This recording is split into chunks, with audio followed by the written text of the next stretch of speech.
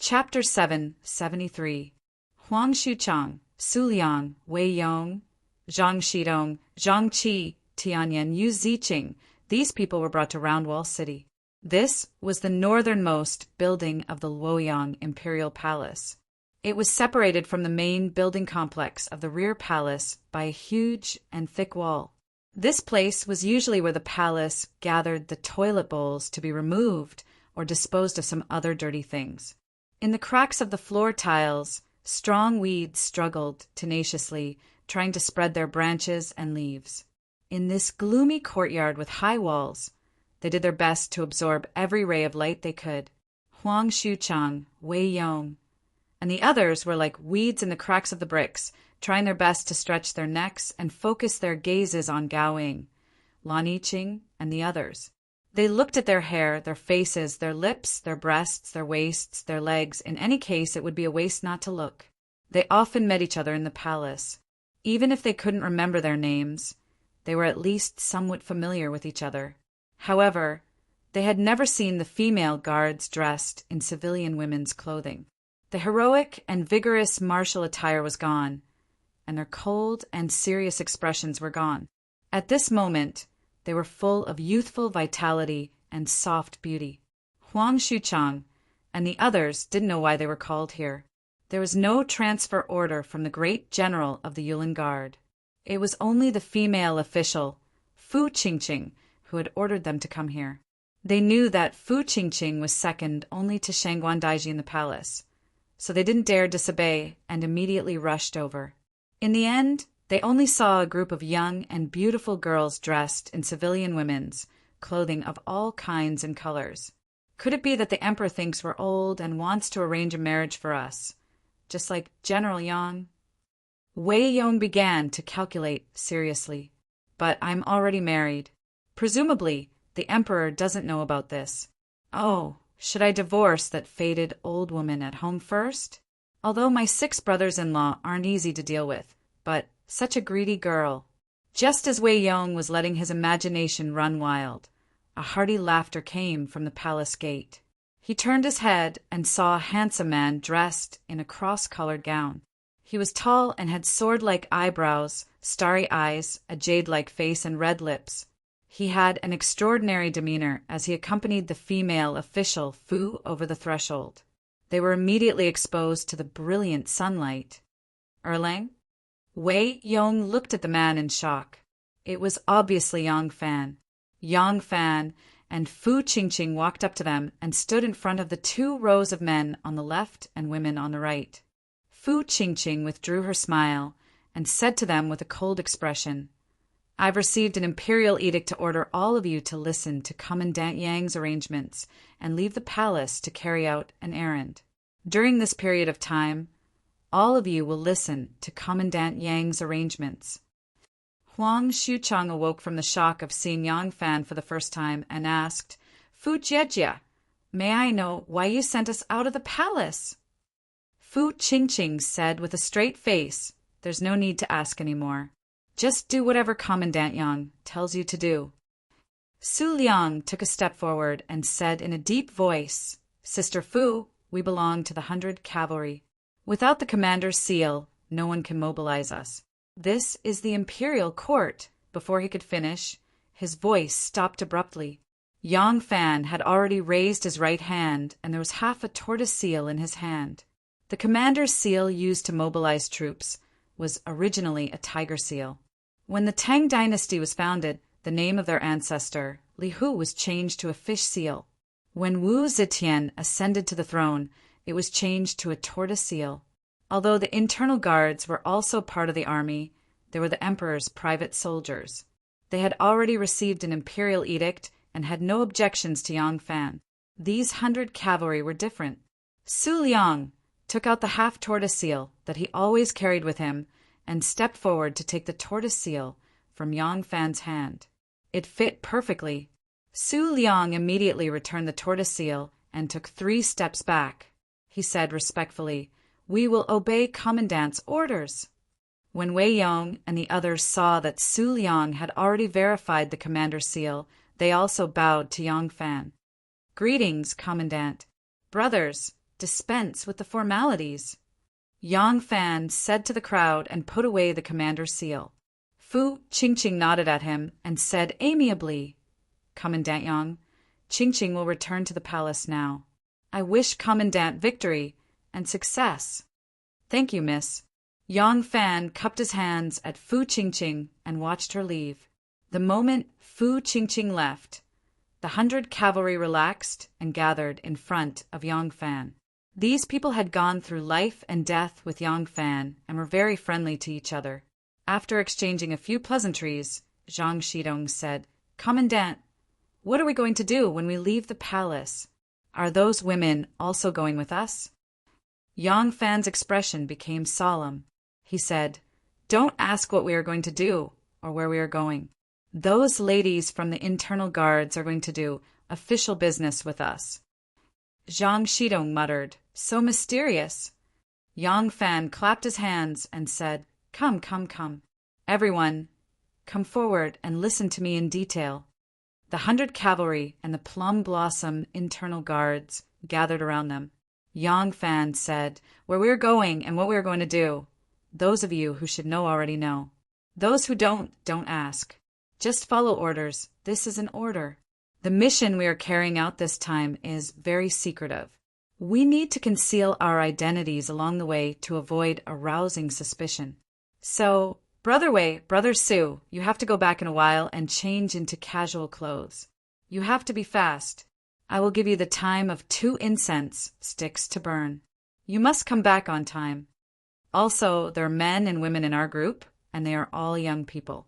Once we go, even if we change into casual clothes, we will inevitably attract attention. So, I have thought of a way to let everyone blend in and not arouse anyone's suspicions along the way.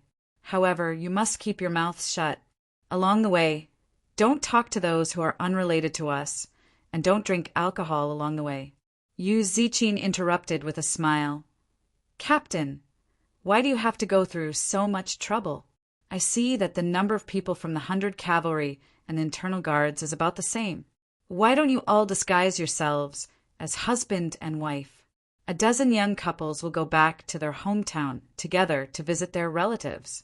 10 months later, all of them will be a family of 3. Ha ha ha! The 100 cavalry burst into laughter. The female guards were used to being in the army, so they did not blush at this crazy talk. But they inevitably scolded and looked down on them. For a moment, the men laughed and the women talked like 10,000 ducks, chattering and making people dizzy. Silence! Yang Fan said in a deep voice, Don't think that this trip is easy. Do you know why I asked you to come? Yang Fan's eyes swept across the faces of the 100 cavalry. Seeing the stern look in his eyes, the crowd gradually quieted down. Yang Fan said, Because I know you well, we can cooperate better. This trip must be kept secret. Without my permission, no one is allowed to expose your identity, no matter what happens. Without my permission, even if a knife is placed on your neck, you are not allowed to resist. If this matter is successful, both you and I will have made great contributions. But if something goes wrong, Yang Fan deliberately paused for a moment, then said in a deep voice, You and I, no one can escape. Everyone will die. As soon as these words came out, everyone was shocked. Their hearts trembled, and they did not dare to joke anymore. However, the 100 cavalry became even more curious. What on earth is it that makes you so cautious? Yang Fan did not allow them to continue thinking. He shouted in a deep voice, Go back and change your clothes, then return immediately. Do not tell anyone where you are going. If you do not return within the time limit of 2 incense sticks, you will be beheaded. As soon as he finished speaking, Gu Zhuting walked out of the main hall with a small incense burner in her hand. There was a stick of incense stuck in the top of the burner. When the cavalry saw this, they immediately fled like chickens and dogs. In just a short moment, not a single one could be seen. Shaoqing, look after the incense burner. Who? Me. Lan Yiqing looked left and right, then pointed at his own nose and asked. Yang Fan stared at him and said, Of course it's you.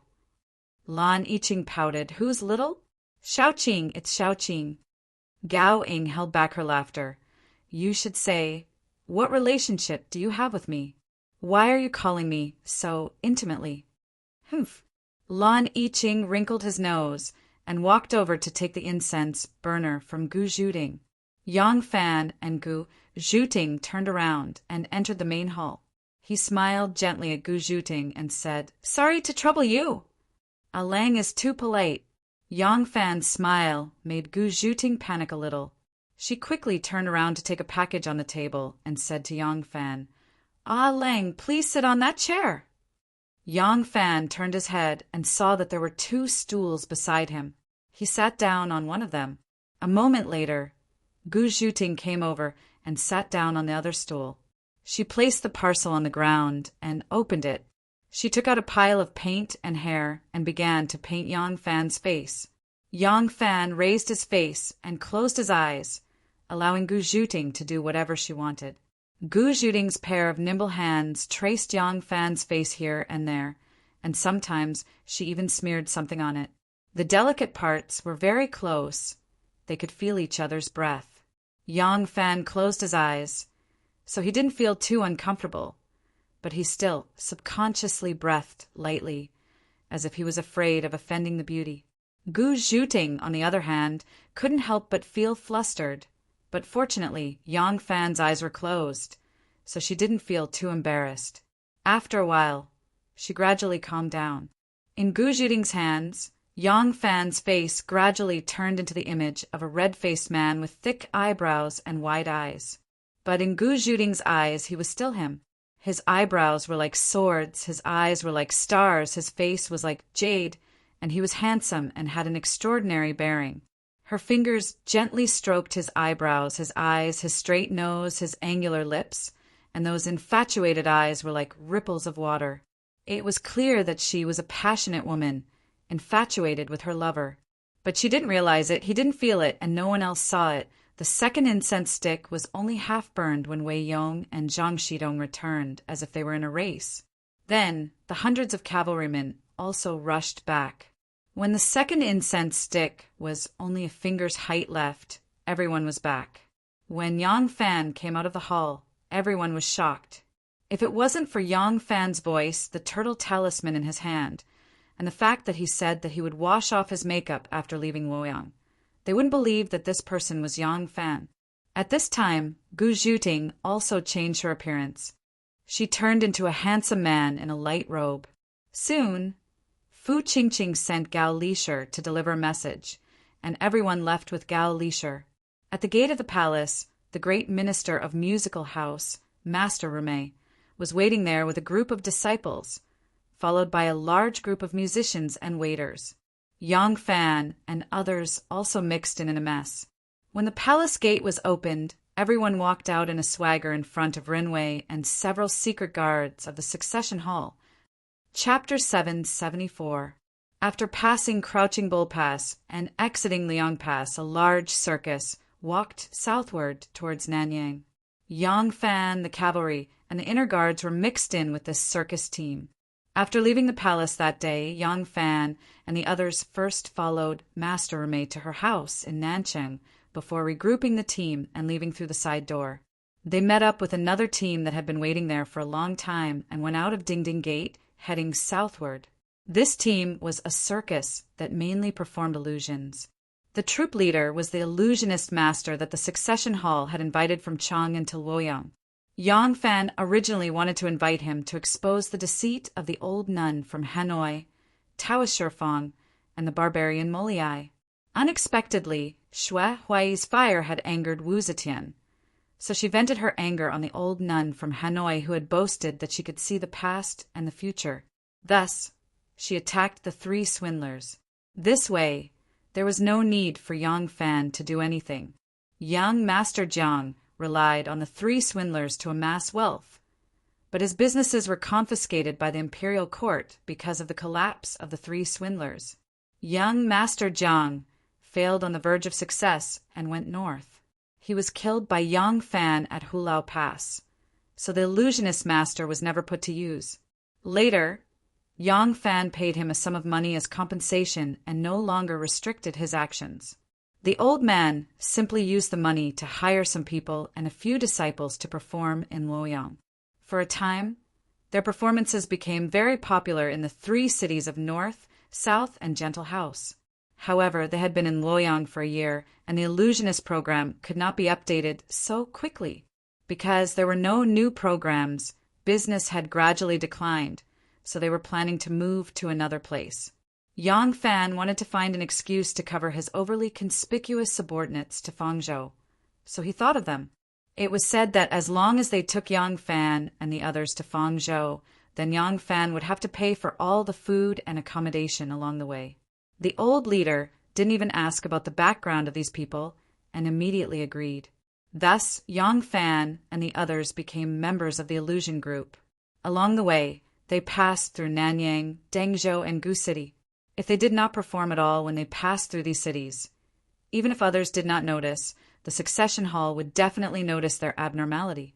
Therefore, Yang Fan could only reluctantly allow the old leader to perform in each city they passed through. The secret letter Yang Fan wrote before he left was given to Xiao Man. Yang Fan specifically told her to hand it over in the evening.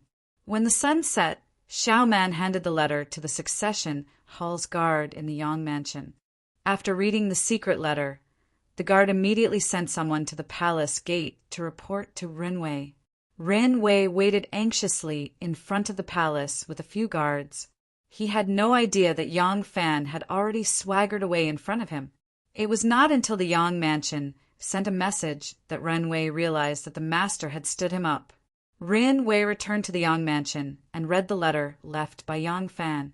He had no choice but to report to the succession hall with the letter. By the time they responded, Yang Fan had already disappeared outside Luoyang City.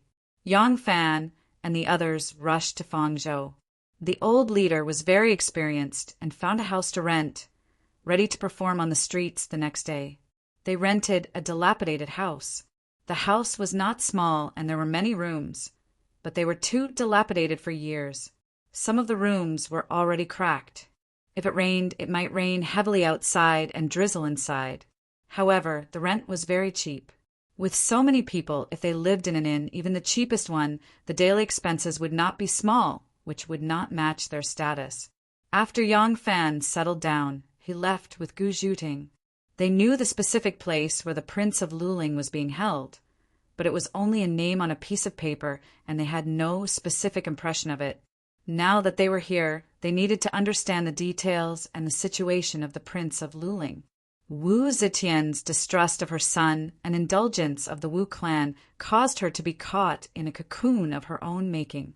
The Wu clan's henchmen and spies were everywhere in the imperial court, especially in the army. Even the slightest movement couldn't be hidden from them. This time, Yang Fan's sudden transfer of some people could not be hidden from them. However, because this matter had been carried out in secret, and the members of the 100 cavalry had been transferred away unusually quickly, they had no idea where exactly these people had been sent by the Empress. If they wanted to find out, they would have to spend some effort. In addition, the sentries that had been sent to Lu province to hold the Prince of Luling under house arrest naturally belonged to the Wu clan. In the past, the more people like this were used, the more at ease Wu Zetian felt. But now, because of this, it created a great obstacle for Yang Fan's actions. He could not openly rush to the Prince of Luling's residence to read the imperial edict and then urge the Prince of Luling, Li Xian, to return to Luoyang. If he had the imperial edict in hand, the guards would not dare to rebel or stop him, but they would definitely report it to the Wu clan as quickly as possible. Whether it was Wu Sanxi or Wu Qingxi, as long as any member of the Wu clan knew of this news, Yang Fan's group could forget about returning to Luoyang peacefully, unless he brought a large army to protect them.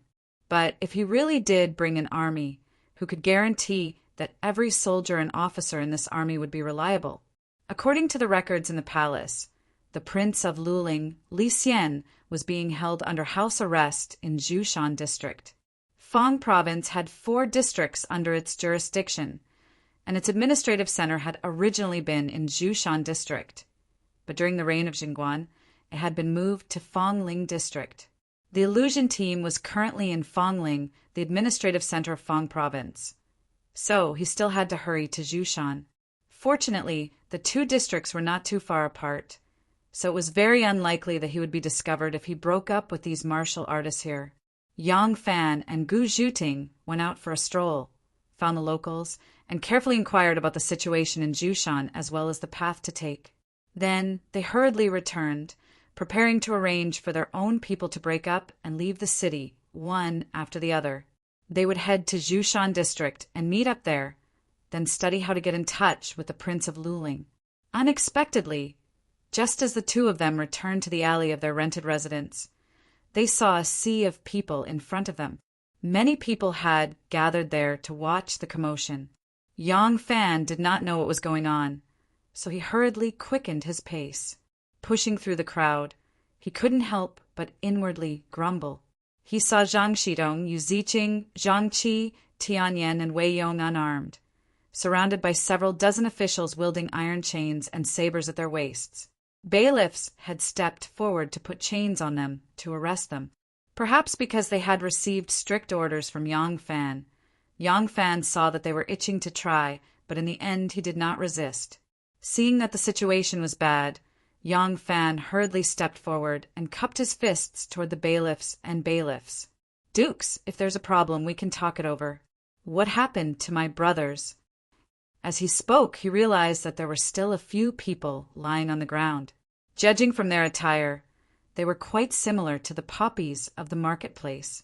They were struggling and moaning on the ground, and because Yang Fan had been obstructed by someone, his line of sight had been affected, so he had not seen them.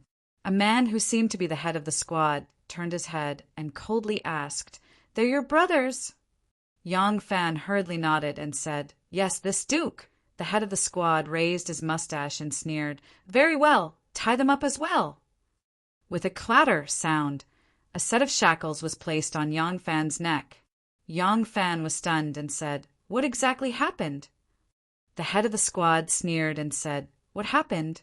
Let's talk in prison." One of the ruffians, lying on the ground, moaning, hugged his calf and wailed miserably, "Brother-in-law, brother-in-law, my leg seems to be broken. You have to help me. Shut your stinky mouth and go around causing trouble for me." The man with the mustache fiercely reprimanded him and said to one of his subordinates, "You, go get a few cars and send those bastards for treatment first. Put all the expenses on credit and charge it to these people." The constable answered and raised his ruler to chase away the crowd as if he was swatting flies. "Get out of the way, get out of the way, get out of the way, get out of the way, get out of the way.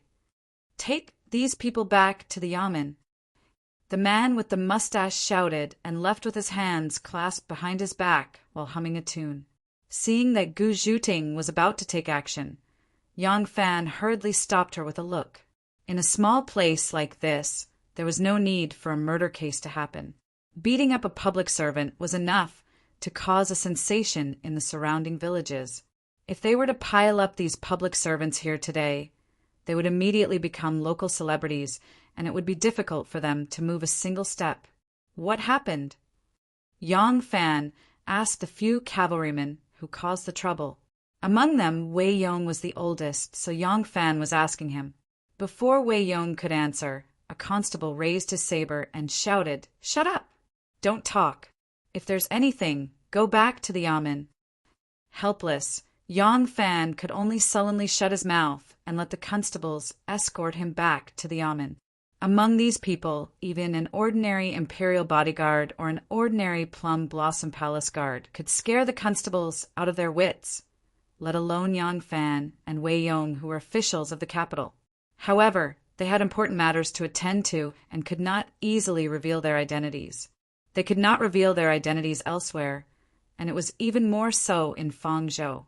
What were the intentions of the cavalrymen secretly appearing in Fangzhou? A prince was imprisoned here. Once these two matters were connected, the truth would probably be immediately guessed by smart people. Yang Fan could only be patient and plan to wait until he understood the whole story. After they were escorted to the yamen of Fangling, they were directly thrown into the prison without asking the magistrate to enter the court to interrogate them. The prison of Fangling County was not large. There were 4 cells in total and not many prisoners. In the innermost cell were 2 disheveled and haggard old men in their 50s. Yang Fan and the other 5 were stuffed into the same cell. The head of the prison locked the door and swaggered out. Only then did Yang Fan glance at them with slight anger. He coldly asked, "Who can tell me what happened?" Chapter 7, 75. Wei Yong saw that there were 2 other prisoners in the other cell who were curiously sizing them up. He lowered his voice and said, "Erlang, you really can't blame us brothers for this. We've been running around for a long time and finally arrived at Fangzhou. Everyone can finally catch their breath. We just wanted to walk around the streets, so there's nothing wrong with that. Who would have thought that the damn locals would bully strangers? As soon as they heard our foreign accent, hey, you took his things and only glanced at them. Even if you didn't want to buy it, you couldn't. Moreover, that damn scrap metal can be sold for gold. You didn't want it, so he beat you up. Do you think we brothers can bear this?" Yang Fan frowned. He really didn't want to blame them for this matter. With the arrogance of Bai Qi, now that they were in this small place, they had to bow their heads to a few ruffians in the streets? It was impossible. Yang Fan didn't need to ask to know what had happened between them. It wasn't like Yang Fan hadn't seen these ruffians' shameless faces when he was working as a shopkeeper. This time, Yang Fan wanted them by name to create an opportunity to pull his former comrades to his side. If he reprimanded them for a few ruffians now, it would inevitably cause them to resent him. Then the loss would outweigh the gain. Besides, there was no point in making them admit their mistakes. The most important thing now was to find a way to leave. At this time, the 2 prisoners carefully observed them for a while. They felt that these strong men didn't have a ferocious aura, so they became more courageous. One of them shouted, "Hey, newcomers, what did you do?" Wei Yong glanced at them, but didn't say anything. But Yang Fan's heart moved. Looking at them, they were old prisoners who had been locked up here for a long time. They must know a bit about the local situation. Yang Fan said, "My brothers were a bit rash and got into a conflict with a few locals. They injured a few ruffians who tried to blackmail us. In the end, they were locked up here by the constables without any reason." The 2 old prisoners looked at each other. One of them said, "Among the ruffians who blackmailed you, is there a man called Chow Manzi?" Zhang Shidong said curiously, "That's right, the guy whose ribs were broken by me is called Chow Man. Could it be that you know him?" When the 2 old criminals heard this, they immediately shook their heads and clicked their tongues. One of them said, "Then the few of you are finished. Just stay here and accompany us, brothers." "What do you mean?" Yang Fan asked. One of the old convicts sighed and said, "To tell you the truth, the 2 of us were originally merchants from Lingnan. When we passed through this place, we were extorted by these people. In a moment of anger, we started to fight. Speaking of which, it was the 2 of us who suffered a loss. In the end, we were still captured. We've been locked up for more than a year now. We don't even know when we'll be released." Yang Fan was greatly alarmed. Those ruffians in the streets are just picking a quarrel and stirring up trouble. How could they have such ability to imprison you for such a long time? The old prisoner forced a smile and said, "What can we do? That ruffian Chow Man's sister is married to our county's supervisor, Lin Er, and Lin Er's sister is the 4th wife of our county's magistrate, He Haijiao. With all these layers of connections between them, us lowly commoners sigh." Zhang Qi said angrily, "Outrageous! Just because of this small matter, they detained you for such a long time. Is there no law in Fangling County?"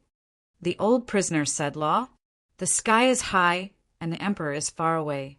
Who knows what happened here? Young man, don't look at how there are many officials under the emperor's rule.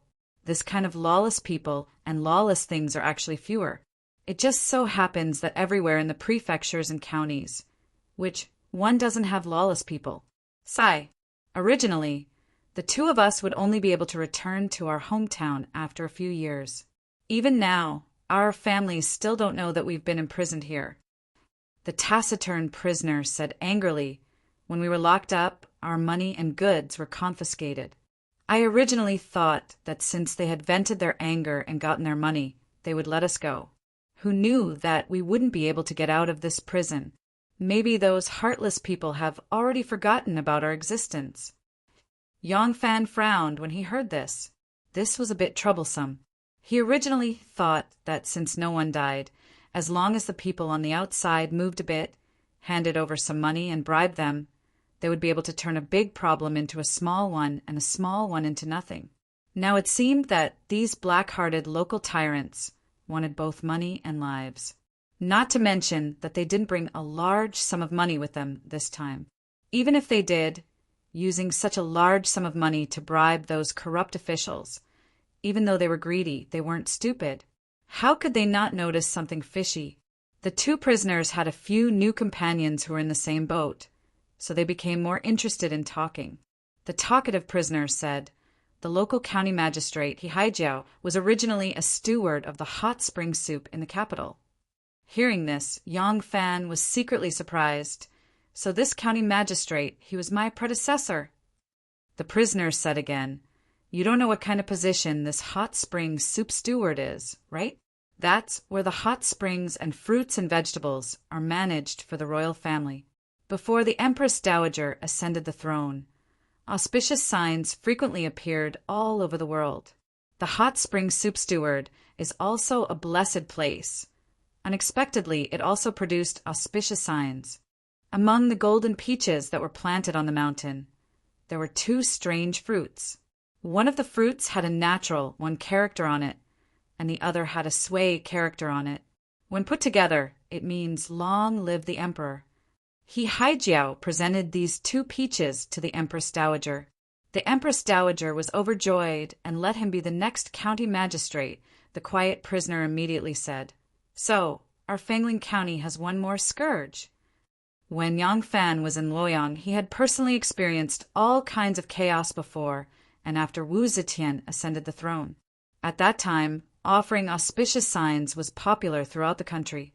One of the most absurd things was that a doctor named Zhu Qini wrote a letter to Wu Zetian, saying that he dreamed that the Empress Dowager became the emperor and ruled the world for 800 years. Such a preposterous fart made him promoted from a doctor to a gleaner. Who would have thought that this county magistrate, he was also promoted by offering auspicious signs? Yang Fan didn't believe in auspicious signs, but he couldn't understand why there were words on the peaches. Perhaps it was like an illusion. There was some trick to it. While Yang Fan was talking to the two old prisoners, Tian Yin kept looking around. At this time, he raised his head and stared at the vent of the upper cell. He suddenly shouted, who said, we can't leave? How about we get out of here? Hearing this, everyone turned around and saw him pointing excitedly at the vent on the top of the cell. In this small county, the construction of the prison was not up to standard. The vent was wide enough for people to crawl through, but the vent was right in the middle of the top of the cell, about 3 to 4 feet from the ground. No one could jump up, and there was no place to climb. But what kind of people were locked up in this cell? The few of them changed their minds and quickly thought of a solution. They cried out involuntarily, that's right, that's a good idea. Although the vent was high, if the few of them stacked on top of each other, with the height of 6 people, they would definitely be able to touch the vent on the top of the cell.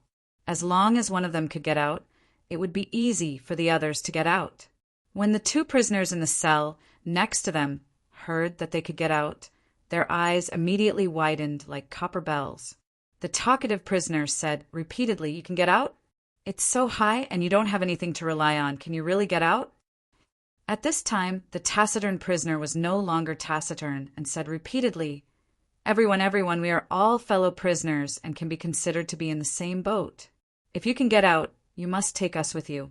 The 2 of us have some money at home, so we will definitely not forget to thank everyone.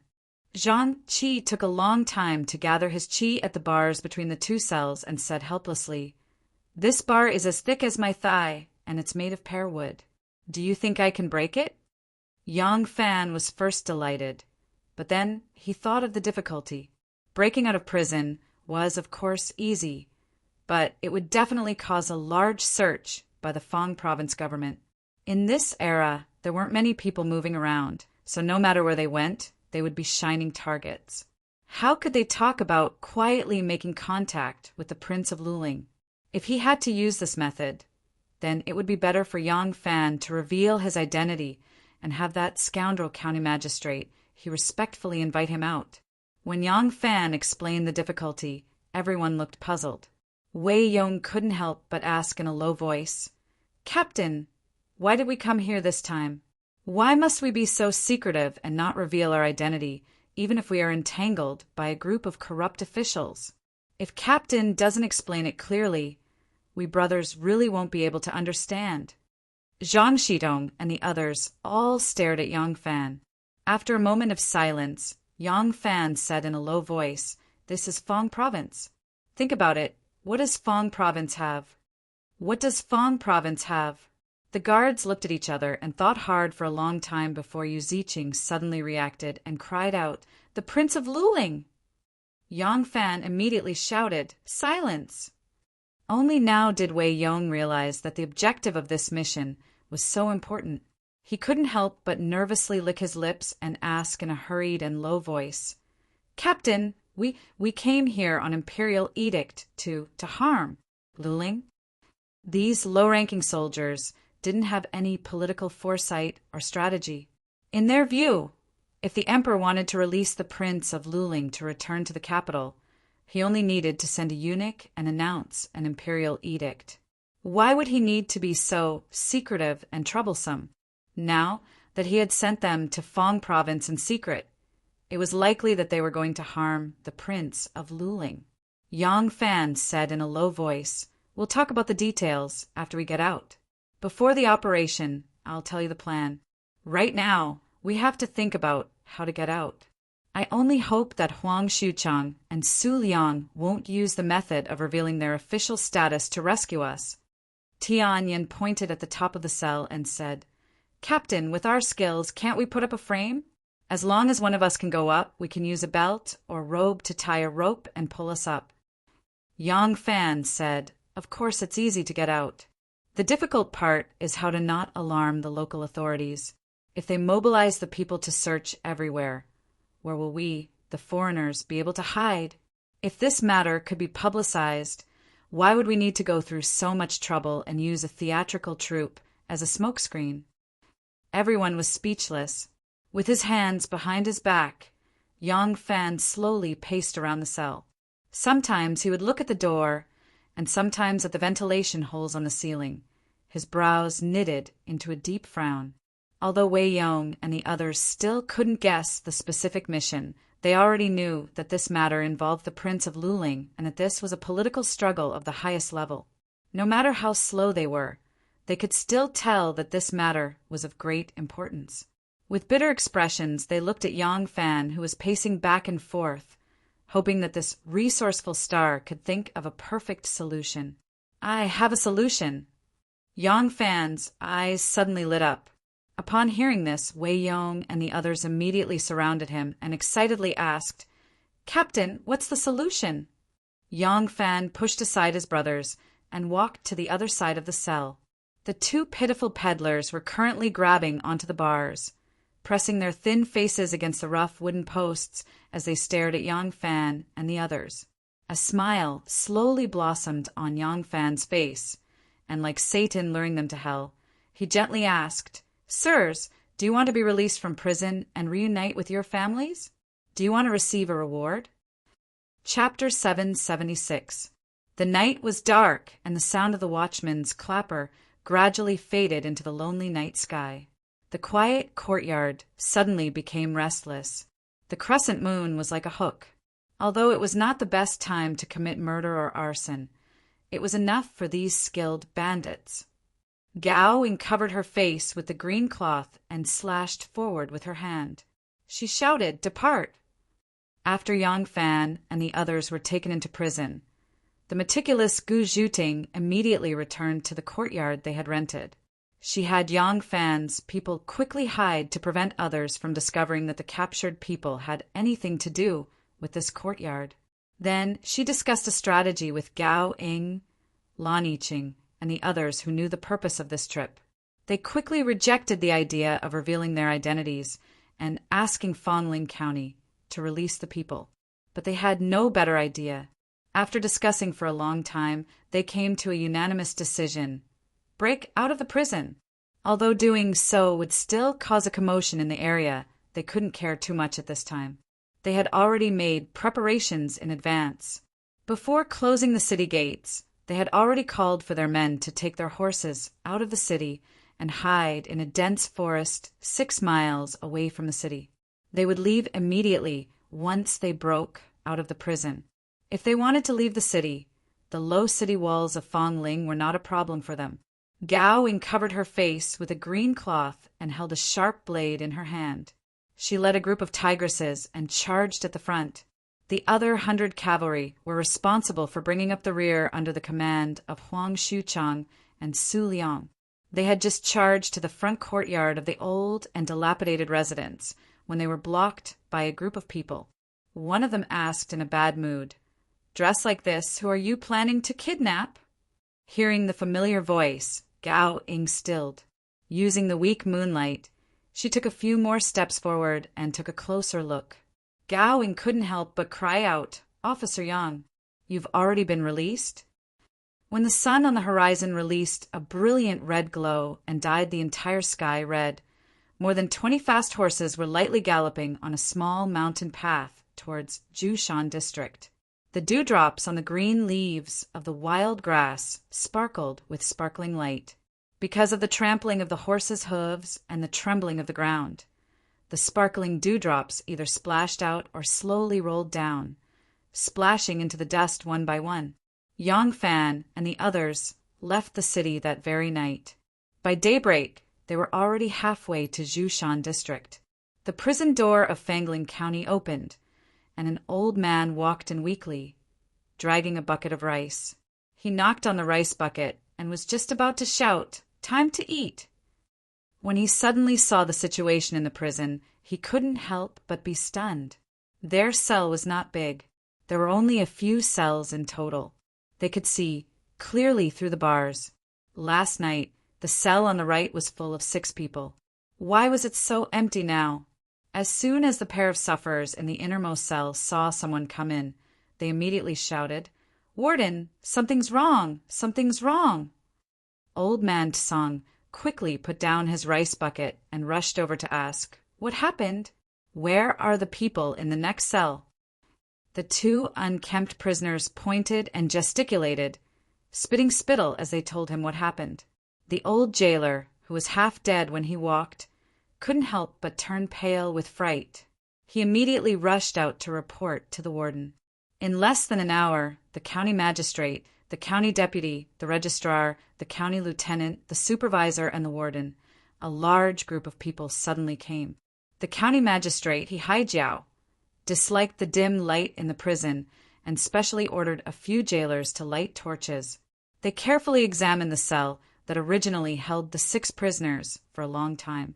There were 2 large footprints on the ground, 5 feet long and 3 inches deep. If a shorter person were to lie in it, it could be used as a bed. The heels, soles, and toes could be clearly seen, as if a giant had once stood there. The county magistrate squatted on the ground and carefully examined for a long time. He stood up and said to the 2 prisoners, "Tell me in detail what exactly happened last night." The 2 prisoners were both merchants, so they had already trained their faces and lips. Just now, they had rehearsed in front of the jailer, so they weren't flustered at all. It was still the talkative merchant who spoke to the county magistrate. "Last night, the 2 of us were sleeping soundly. Suddenly, we felt thousands of golden rays piercing our eyes, and we couldn't help but wake up. When we opened our eyes, we saw a golden-armored deity. He was 3 feet tall, had a broad waist, and was holding a golden pestle in his hand. His whole body was glowing. Yes, it was the golden-armored deity. Yes, the golden-armored deity was standing in that position. The 6 prisoners in this cell were all prostrating at the feet of the deity, as obedient as kittens. The 2 of us brothers worshipped Buddha the most. When we saw that the deity was no different from the skanda, we quickly knelt down and chanted Amitabha. The other slow talker finally interrupted and said, "The deity didn't open his mouth, but there was a bell-like voice ringing in our hearts." The deity said that even though we had committed crimes, we were devout to Buddha and had the heart to repent. Buddha saw this and specially sent a deity to enlighten us. Oh! He Haijiao blinked his eyes, seemingly believing it, but not believing it. He didn't know whether there were real auspicious signs in the world. But as one of the beneficiaries of auspicious signs, he was very clear that the auspicious sign he made back then was fake. He had been guarding the hot spring soup all year round, and inadvertently discovered that the parts of the fruit that were exposed to sunlight and the parts that were covered by other things for a long time would have a completely different color.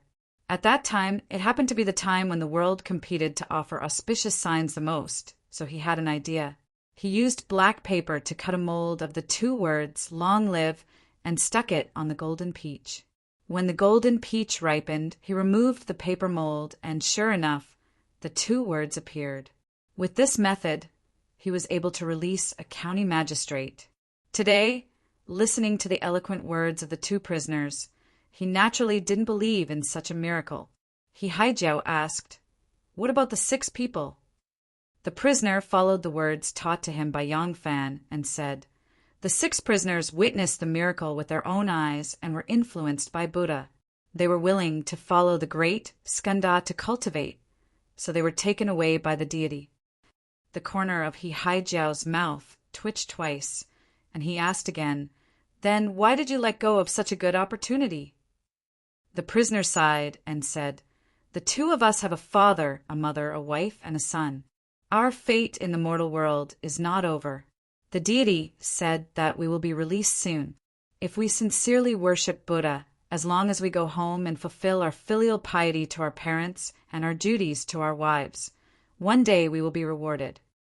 He Haijiao's eyes turned cold, and he said sternly, "Really? If you lie, your 9 generations will be executed." The 2 immediately swore a vow. He Haijiao pinched his chin and thought for a while. He turned back to the giant's footprint and squatted down. He carefully observed it again, and then looked up at the skylight above the prison cell. A sly look suddenly flashed across the bottom of his eyes.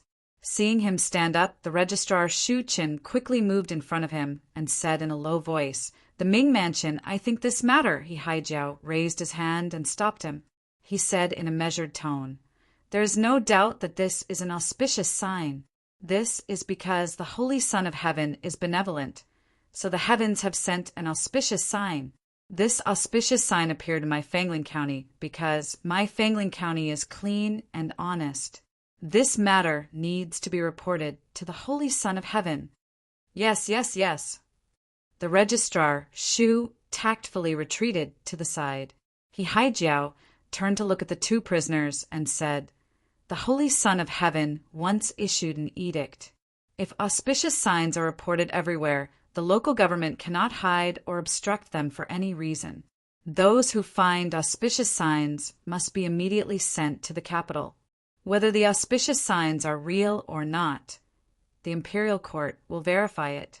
The local officials who find auspicious signs must send people to escort them. Those who find auspicious signs will be treated like a 5th-rank official." He Haijiao's words were not false. Wu Zetian had indeed issued such an imperial edict. Although she had ascended to the throne and was a little annoyed by the frequent reports of auspicious signs, she did not cancel the imperial edict. He Haijiao paused slightly and then said in a serious tone, "Haha, as long as what the 2 of you say is true, then you are blessed." The 2 peddlers hurriedly swore again and guaranteed with certainty that everything they said was true. He Haijiao nodded with satisfaction and turned to order. "Seal the prison and wait for the people from the capital to investigate. Send these 2 people who found auspicious signs to the residents and treat them well. I will arrange for people to send them to the capital as soon as possible." Since the county magistrate had already said so, the officials naturally did not dare to say anything. They immediately agreed. He Haijiao left the prison and returned to the back residence of the county yamen. She immediately sent for her brother-in-law, Lin Er, and told him in a low voice, "Find a few craftsmen who can keep their mouths shut and build a few layers of bricks for the ventilation holes above the prison. Make it smaller. Otherwise, when the people from the capital come and find out that our prison system is not in accordance with the rules, they will inevitably reprimand us." Lin Er understood immediately and hurriedly went to make the arrangements. When Yang Fan visited Fanglin County, he had a general understanding of Zhushan District. Zhushan District was 140 li away from Fanglin County and became famous because of Huangzhou Ridge. Huangzhou Ridge was located to the north of Huangzhou County, and the bamboo on the mountain was all yellow, hence the name. The Prince of Luling, Li Xian, lived on Huangzhou Ridge. The area around Huangzhou Ridge was classified as a forbidden area. Ordinary people, hunters, and woodcutters were not allowed to set foot on the mountain. Because of the long period of watching over the Prince of Luling, the families of these military families had all been brought over. These military families had lived here on royal rations for 15 to 16 years and could be considered to have taken root here. 10 li below Huangzhou Ridge was Huangzhou Village. Yang Fan decided to first settle down in Huangzhou Village and gain a better understanding of Huangzhou Ridge. He would first contact the Prince of Luling, who was trapped on the mountain, and then decide on a strategy. However, the flow of people in this era was not large. Without the cover of the circus, even a dozen or so burly men like them would be enough to attract attention, not to mention that there were many young women among them. Thus, Yang Fan decided to have them split up and settle down in the villages around Huangzhou Village. In this era, information was not smooth. These people disguised themselves as husband and wife or brother and sister and settled down in the various villages. If the news could not be reported to the garrison commander in the village or the mountain in time, it would not attract attention. By the time the garrison commander in the village or the garrison commander in the mountain discovered something suspicious, they would probably have already picked up the Prince of Luling and left. Thus, when Yang Fan was about to reach Huangzhou Village, he decided on a method and place of contact with them. He then had them split up into different paths and head straight for the villages around Huangzhou Village, while he and Gu Zhuting directly entered Huangzhou Village at the bottom of Huangzhou Ridge. Chapter 777. Are you passing by this place? The innkeeper welcomed Yang Fan and Gu Zhuting in with a smile. Yang Fan walked in front with his head held high. Gu Zhuting followed half a step behind him with her bag. She was like a gentle and delicate wife. No one could tell that she was 100 faces demoness. Moreover, she was an outstanding female assassin who killed people with each step. "Oh, no, we are here to buy a batch of bamboo."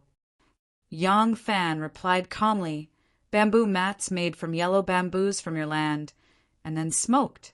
The color is like gold, and it is as warm as jade. Furthermore, it does not have insects. It looks good and is very practical. However, if I buy it locally, the price will be much higher. I won't be able to earn much. Therefore, my wife and I are here to buy a batch of bamboo before the hot summer sales arrive." Yang Fan laughed and said, "If we buy it locally, it shouldn't be that expensive, right?" When the innkeeper heard that he was here to buy bamboo, he would have to stay in the inn for a few more days. If he fawned on this person, he would be afraid that the next time he came to Huangzhou town, he would not choose this inn. Since he was in the bamboo business, he would definitely have to buy bamboo every year. The innkeeper became even more enthusiastic. Good, good, good. This guest has good eyes. This old man feels that the bamboo here is not worse than the bamboo produced in Shuzhou and Shaoxi. Unfortunately, there are not many people who know what's good. This old man will first congratulate the guest for making a fortune. Hee, guest, please take a look. Are you satisfied with this room? You can eat in the front hall. Our inn's food is also very local. Not far from the backyard is a stream. The scenery on both sides is beautiful. You and your wife will definitely like this place. When Gu Zhuting first heard Yang Fan call her wife, her face was already burning hot, and now she heard this shopkeeper call them virtuous husband and wife. Her heart was so warm that she couldn't tell what kind of feeling it was. It's just that when she was by Yang Fan's side, she still had to pretend to be calm, and it really made him suffer. Yang Fan looked around. The guest rooms in this small place were very comfortable. In Luoyang, there was only a bed and a low table, and the daily rent was more than 20 copper coins. The room here was divided into 2 rooms. The outer room was used to receive guests, and the inner room was used to rest. In the middle, there were 12 wooden screens that divided the room. It was quiet and elegant, and the cost of food and lodging for a day was only 10 copper coins. It was really a good and cheap place. Yang Fan nodded his head in satisfaction and said to Gu Zhuting, "My wife, put the things down and take a rest." Gu Zhuting did not dare to speak, nor did she dare to raise her head to look at him. She only nodded her head meekly and stepped into the room. The shopkeeper smiled and said, "My wife, please wait for a moment. The waiter will bring hot water in a while. If you want to take a bath, just close the window and bolt the door. This old man's shop is very quiet." Yang Fan did not enter the room. He only paced back and forth in the outer room before walking out again. He stood under a tall cassia tree in the courtyard and pretended to talk to the shopkeeper. "Haha, I heard that your place is famous because of the Huangzhou Ridge. The bamboo there is the most and the cheapest. Is that true?" The shopkeeper gave him a thumbs up and said, "Sir, you have put in some effort. In our Huangzhou County, the place that produces the most bamboo is the Huangzhou Ridge. Sir, you are in the bamboo business, so I believe you need new bamboo and old bamboo. In other places, bamboo is often cut down, but there are not many old bamboo. Only in the Huangzhou Ridge, ordinary people cannot go up there. You can find old bamboo, no matter how old it is." Oh! Hearing this, Yang Fan turned around and sat down on a green stone under the tree. He patted the stone beside him and said to the shopkeeper, "Come, come, come. Shopkeeper, please take a seat. I've just arrived here and don't know much about the situation here. If shopkeeper is willing to help me out and act as a go-between, if this deal is successful, ha ha ha. Although this is a small business and doesn't earn much, I'll still pay for the hard work." Gu Zhuting put down her bag. She saw that the room was well lit and bright. Outside the back window was a forest with rustling branches and leaves. Behind the front window was a courtyard with slanting sunlight. She was very satisfied. She leisurely walked to the window and glanced out. Coincidentally, she saw Yang Fan chatting cheerfully with the shopkeeper under the tree. The sunlight shone through the osmanthus leaves, creating a gorgeous scene. The gorgeous sunlight shone on Yang Fan's body, creating a special effect. Sunny, hearty, handsome, a manly aura that made people's hearts beat faster. Gu Zhuting hurriedly withdrew her body and returned to the couch to sit down. Her cheeks were a little hot. She gently pressed down on her beating heart. She was a little ashamed and upset as she blamed herself. "Damn it, what nonsense are you thinking? I have never had any feelings for you. How can you be so unbearable? In the end, you can't keep your previous vow." As a warrior of a large family, it was fine if he was only a bodyguard. However, for those who were assassins or death warriors, people who walked in the shadows for the family, no matter how skilled they were, there would always be times when they would fail. Gu Zhuting was used to this kind of thing since she was young.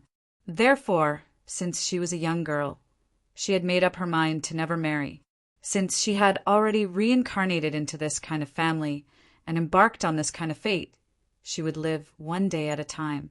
Why should she abandon her husband and children in the future and die with regret?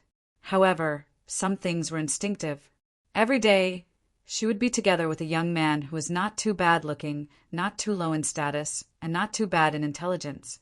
Moreover, they had experienced so many things together. Moreover, this man just happened to be able to remove her worries. How could she bind her heart? The couch under her buttocks had been basked in the sunlight for a long time. It felt dry and warm when caressed. Gu Zhuting suddenly thought of a question. Sovereign, where does he sleep at night? She hurriedly got up and walked around the screen to look at the front hall. There seemed to be nothing that could be used as a bed. Gu Zhuting's heartstrings relaxed. She couldn't tell if she was happy, longing, or having wild thoughts. You are so shameless! Gu Zhuting scolded herself in her heart. She wanted to act like a little girl and cover her cheeks. She hurriedly returned to the inner room. She couldn't help but look at the dressing table. An octagonal bronze mirror with cloud patterns reflected a beautiful face that was as pretty as a peach blossom. Her face was real and her eyes were sparkling. Gu Zhuting couldn't help but carefully look at it. She made a slight evaluation. It seems that I can enter his eyes.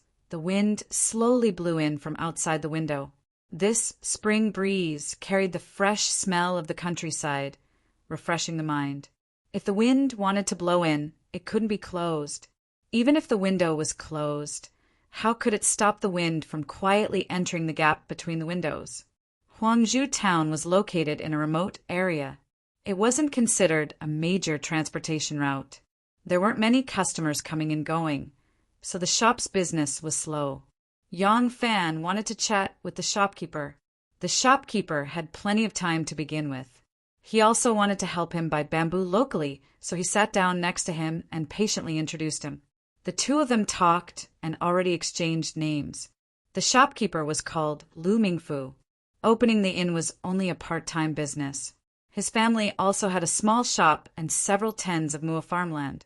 Lu Mingfu said, Brother Yang, to be honest, why do you think there are so many bamboo on Huangzhou Ridge?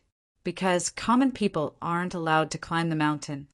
Yang Fan pretended to be confused and asked in surprise, Why aren't common people allowed to climb the mountain? Is that mountain private property of some family? Lu Mingfu shook his head and said, That's not it. It's just that there's an amazing person living on the mountain. He pretended to be mysterious and looked left and right. He lowered his voice and said, Brother Yang, have you not heard that the son of the current emperor, the Prince of Luling, who was once the emperor of the Tang dynasty, lives on Huangzhou Ridge? Ah. Yang Fan slapped his forehead and suddenly realized, Yes, this little brother has heard of this matter before. It's just that I didn't think of it for a moment. This is bad. If it's like this, doesn't it mean that we can't harvest the bamboo on the mountain? Lu Mingfu laughed and said, That's not true. Rules are naturally set by the imperial court, but these rules have to be obeyed. Those officers and soldiers guarding the mountain have lived here for more than 10 years. They are naturally very familiar with the people at the foot of the mountain. You're an outsider, so of course you can't go up the mountain. It's not impossible for this old man to go up the mountain. However, this old man can only go up to the second fence around the mountain. I won't be able to go any further. Yang Fan said, Shopkeeper is saying? Lu Mingfu puffed out his chest and said, If Brother Yang trusts me, then leave this matter to me. I'll go up the mountain and tell the guards to allow me to bring people up the mountain to cut bamboo. You'll naturally have to pay them the money for selling the bamboo. I believe they won't refuse, since there's some extra money to be made. After that, you just have to pay the people who cut the bamboo some wages. It'll definitely be cheaper than buying the bamboo. Yang Fan was overjoyed and said repeatedly, Then I'll have to trouble shopkeeper. I just don't know, is this method really feasible? This one wants to buy bamboo to make mats, baskets, bamboo pillows, bamboo couches, and all kinds of other utensils. The requirements are all different, and the bamboo needed is also different. I don't know if this one can bring this one up the mountain so that I can give pointers. Lu Mingfu was slightly hesitant when he heard this. Stroking his beard, he didn't dare to promise everything. Yang Fan hurriedly said, This one is just afraid that the people I hired will do some useless work.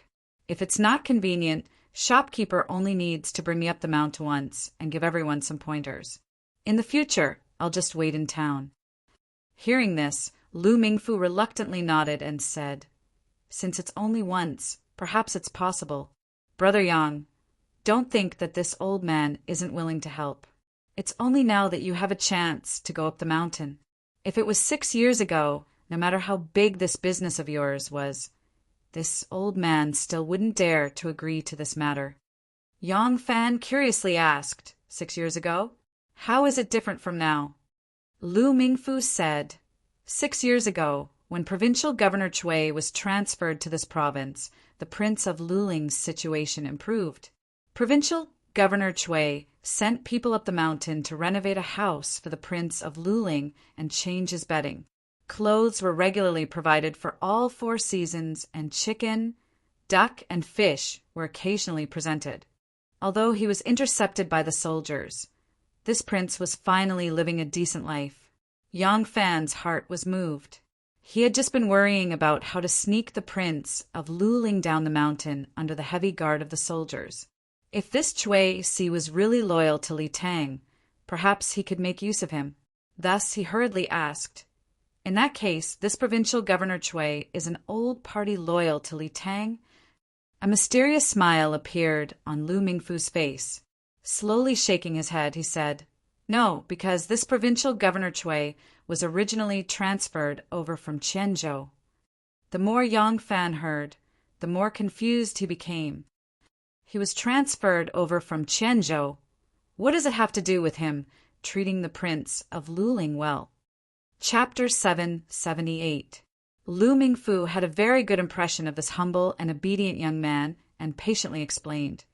When Li Tang's former wife was exiled to various places, the Prince of Chao, Li Ming, was exiled to Qianzhou. Yang Fan blinked and said, "So what?" Lu Mingfu said, "At that time, the governor of Qianzhou was called Xieyu. Governor Xie said that under His Majesty's edict, the Prince of Chao, Li Ming, was ordered to commit suicide. The Prince of Chao was afraid of implicating his family, so he didn't dare to disobey the edict and could only hang himself. After the Prince of Chai's death, Governor Xie was afraid of the revenge of the Prince of Chao's descendants, so he filled the mansion with guards. When he rested at night, he always rested on the top floor of the pavilion. He also placed a large bed in the middle of the hall and had more than 10 concubines sleep by his side to protect him. Even so, he was unable to preserve his life. One day, his concubines woke up early in the morning and were shocked to find that there was only Governor Xie's headless corpse on the bed. Governor Xie's head was taken off in the middle of the night, but no one in the mansion noticed. Yang Fan heard the interest and couldn't help but laugh. "Then what happened next? Did you find out the truth?" Lu Mingfu nodded and said, The truth wasn't hard to find out. The one who wanted to kill Governor Xie the most was, of course, the Prince of Chao's son. Later, the truth was found out. The assassin was indeed hired by the Prince of Chao's mansion with a large sum of money. When the soldiers captured the young prince, they found Governor Xie's head in his mansion. Governor Xie's head had already been turned into a chamber pot by the young prince and had been used for a very long time. Yang Fan listened with fascination. He thought about how the assassin hired by the Prince of Chao's mansion had climbed a tall building amidst layers of guards and women. He had taken off his head in the middle of the night, and after the deed was done, no one had noticed. Such a skill really made one yearn for it. It was a pity that this kind of wanderer would definitely brush his robe and leave after the deed was done. He wouldn't leave his name at all. Otherwise, he could have made good friends with him. Gu Zhuting was in a dilemma in her room and did not hear this story. Otherwise, when she saw Yang Fan's expression of admiration for her proud action, she would have felt a little proud in her heart. Lu Mingfu chuckled, then said, "This prefecture's Chui Jingxi, provincial governor Chui, was an official in Qianzhou back then. He clearly knows about the matter of Governor Xie flying off in the middle of the night. Think about it. Now that he's been transferred to Fangzhou, the Prince of Luling is under his watch.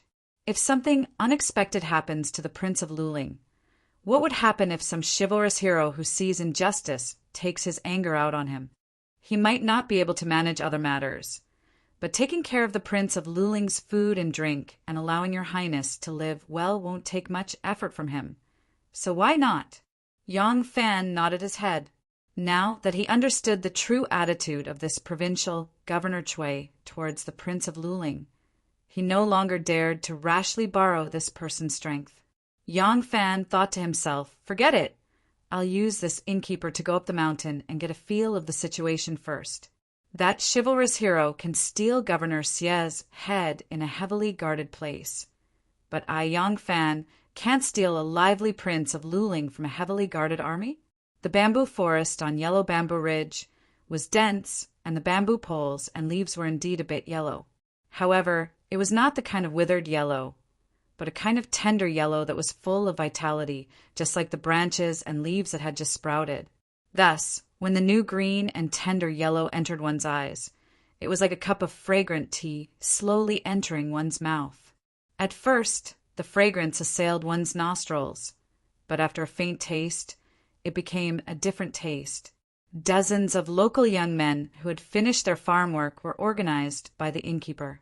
Carrying ropes and choppers, they walked along the narrow mountain path, passing through patches of tall bamboos.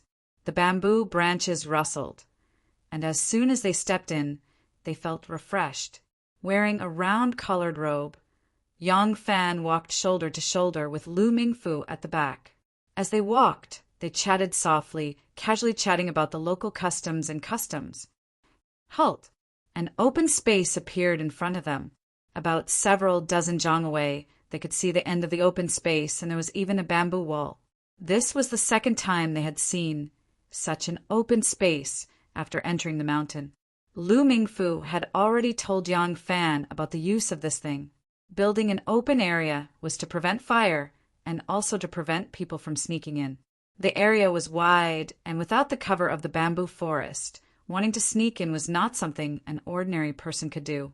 Hearing someone stop him, Lu Mingfu hurriedly stepped forward and laughed.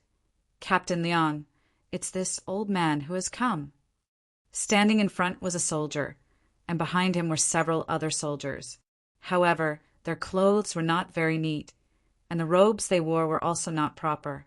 Some were not wearing pants, and some were not wearing military jackets. If they were commoners, they would have at least a few things that belonged to the army, but if they were soldiers, many of them were dressed like commoners. However, when he thought about how they had settled down here, with their wives and children all living on the mountain for 15 to 16 years, and other than guarding the Prince of Luling, they had no other errands, nor did they receive any training or mobilization, Yang Fan felt relieved. It would be strange if this kind of army still had any semblance of an army. However, although their appearance were not neat, their military discipline was still extremely strict. After all, they were guarding an important person, and if there was the slightest mistake, they would all lose their heads. When it came to matters of life and death, no matter how lax they usually were, they still did not dare to be careless. Captain Liang! The villagers carrying choppers and ropes up the mountain all greeted this officer, and some even greeted the soldiers behind him. It seemed that they had been neighbors for more than 10 years, so they were all familiar with each other. When Captain Liang saw shopkeeper Lu, his expression relaxed a little. Is that him? As he spoke, his gaze was already fixed on Yang Fan. Yang Fan hurriedly put on the smooth smile of a businessman and gave him a humble smile. Shopkeeper Lu said, Yes, that's him. Captain Liang, please be magnanimous and let us brothers earn some expenses. It's a win-win situation. As he spoke, he took out the money pouch that Yang Fan had given him and stuffed it into Captain Liang's hands. Captain Liang weighed the money pouch up and down, slowly squeezing out a satisfied smile. He nodded carelessly and waved his hand. Just chop in that area and don't go any higher. If the brigade marshal finds out, even I will be implicated. Shopkeeper Lu nodded and bowed. Yes. Also, this foreign guest is only allowed to go up the mountain today. He won't be allowed to come up tomorrow. Yes. Shopkeeper Lu only nodded. Captain Liang glanced at Yang Fan, then shook his head and led his men back. Yang Fan noticed that there were only 2 people standing guard at the bamboo gate in front of him. Not far from the bamboo gate, there were several children playing around. They were probably the children of these military families. Yes, this kind of bamboo can be used to make shoulder poles and chopsticks. The scraps can be used to make paper. It doesn't matter if you cut more. This kind of bamboo is the best. It's neither too old nor too tender. It's most suitable for making all kinds of bamboo wares. Chop more of this kind. Yang Fan dutifully played the role of a bamboo wares merchant. He followed behind the workers and pointed them out one by one. In any case, these villagers did not really know what kind of bamboo was good for. Yang Fan's knowledge was enough to deal with them. Shopkeeper Lu was old and sat on a blue stone at the intersection to cool off. Yang Fan followed the lumberjacks and pointed randomly while observing the scene behind the bamboo wall. When it was almost evening, they had to call it a day. There was a mountain spring on the mountain, and the water was not small. However, the spring was winding and sometimes deep and sometimes shallow. It was impossible to put bamboo rafts in. If they threw the bamboo into the spring, it would get stuck after flowing along the water, and they would have to fiddle with it from time to time. They could only cut off the branches and leaves of the bamboo into bundles and drag them down the mountain. At the foot of the mountain, there were several rented ox carts. They carried the bundles of bamboo back to town and left them in the corner of the inn's backyard. Back at the inn, Yang Fan took a shower and changed into a new set of clothes. Only then did he walk around the screen and stroll into the living room. Gu Zhuting was already sitting on pins and needles when she heard the sound of water splashing behind the screen. She only heaved a sigh of relief when she saw him come out after changing clothes. Yang Fan had changed into a moon-white Taoist robe. The wide sleeves fluttered in the wind, making him look even more handsome and elegant. He had never neglected his martial arts, so his body was extremely fit and sturdy. His bones and tendons were as tough as cast iron, and his muscles were well proportioned and powerful. He was fit and majestic, without the slightest bit of excess fat on his body. However, this elegant attire and his high Taoist bun gave him a temperament that was completely different from a martial artist. He was handsome, free, and had a unique charm. Perhaps this was just Gu Zhuting's impression of him. Distance makes beauty. Because he could not obtain what he desired, it increased his charm by a few notches. It was as if he had been possessed by an inner demon. The clouds were on the mountaintop. When one ascended the mountaintop, the clouds would be even further away. The moon was in the water. When the surface was pushed aside, the moon would be even deeper. Gu Zhuting hurriedly withdrew her gaze and moved the couch for him. She softly asked, "Ah Lang, what did you see when you went up the mountain today?" Yang Fan nodded to her in thanks and sat down. He said, "I've looked carefully. There are 3 lines of defense on the mountain. If I'm not mistaken, there should be 4. The Prince of Luling's residence must be guarded by someone else. There are 3 lines of defense, and in front of each line is an open area of several dozen zhang wide. Aside from sharp bamboo roots, there are only weeds that don't reach the knees. No one can hide there." Gu Zhuting stood at his side, listening attentively. Yang Fan continued to explain. Behind each open area is a bamboo wall. Inside the bamboo wall, there is a bamboo building every 100 steps. However, other than the guards at the entrance of the mountain, the bamboo buildings are all empty. However, the bamboo buildings don't look dilapidated. Some of them were repaired not long ago, and there are new bamboo roofs on them. Gu Zhuting thought for a moment and said, "In other words, the guards on the mountain believe that no one will sneak up the mountain during the day, so they are lax during the day. At night, these bamboo buildings will be used?" Yang Fan nodded. "That's right. Therefore, after today's observation, I feel that it's easier to sneak in at night than during the day. Moreover, after the second bamboo wall, there are military residences.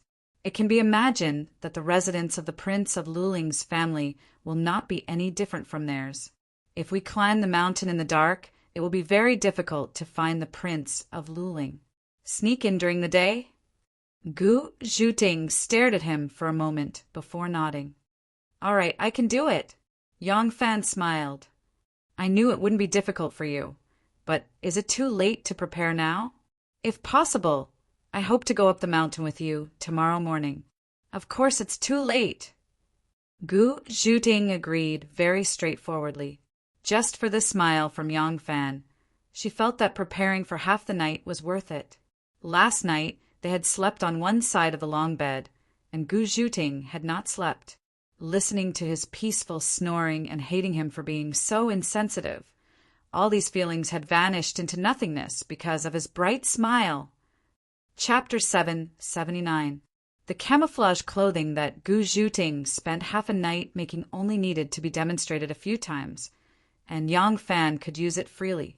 In fact, this thing was an application technique, just like some magic tricks. Amateurs could not understand it no matter how much they thought about it, but once the trick was revealed, this trick could be played by anyone. However, the skill of stealth was equivalent to the skill of a magician playing cards. It required a long period of hard training, and Yang Fan could not learn it in a short period of time. Therefore, he could only follow behind Gu Zhuting and wait for her to signal that there was nothing unusual in front of them before leaping forward for a short distance. However, this was also good. Gu Zhuting's true appearance was actually quite attractive, especially her body. Due to the special nature of the martial arts she practiced, her body was slender and soft. As long as she moved, there would be a kind of erotic rhythm.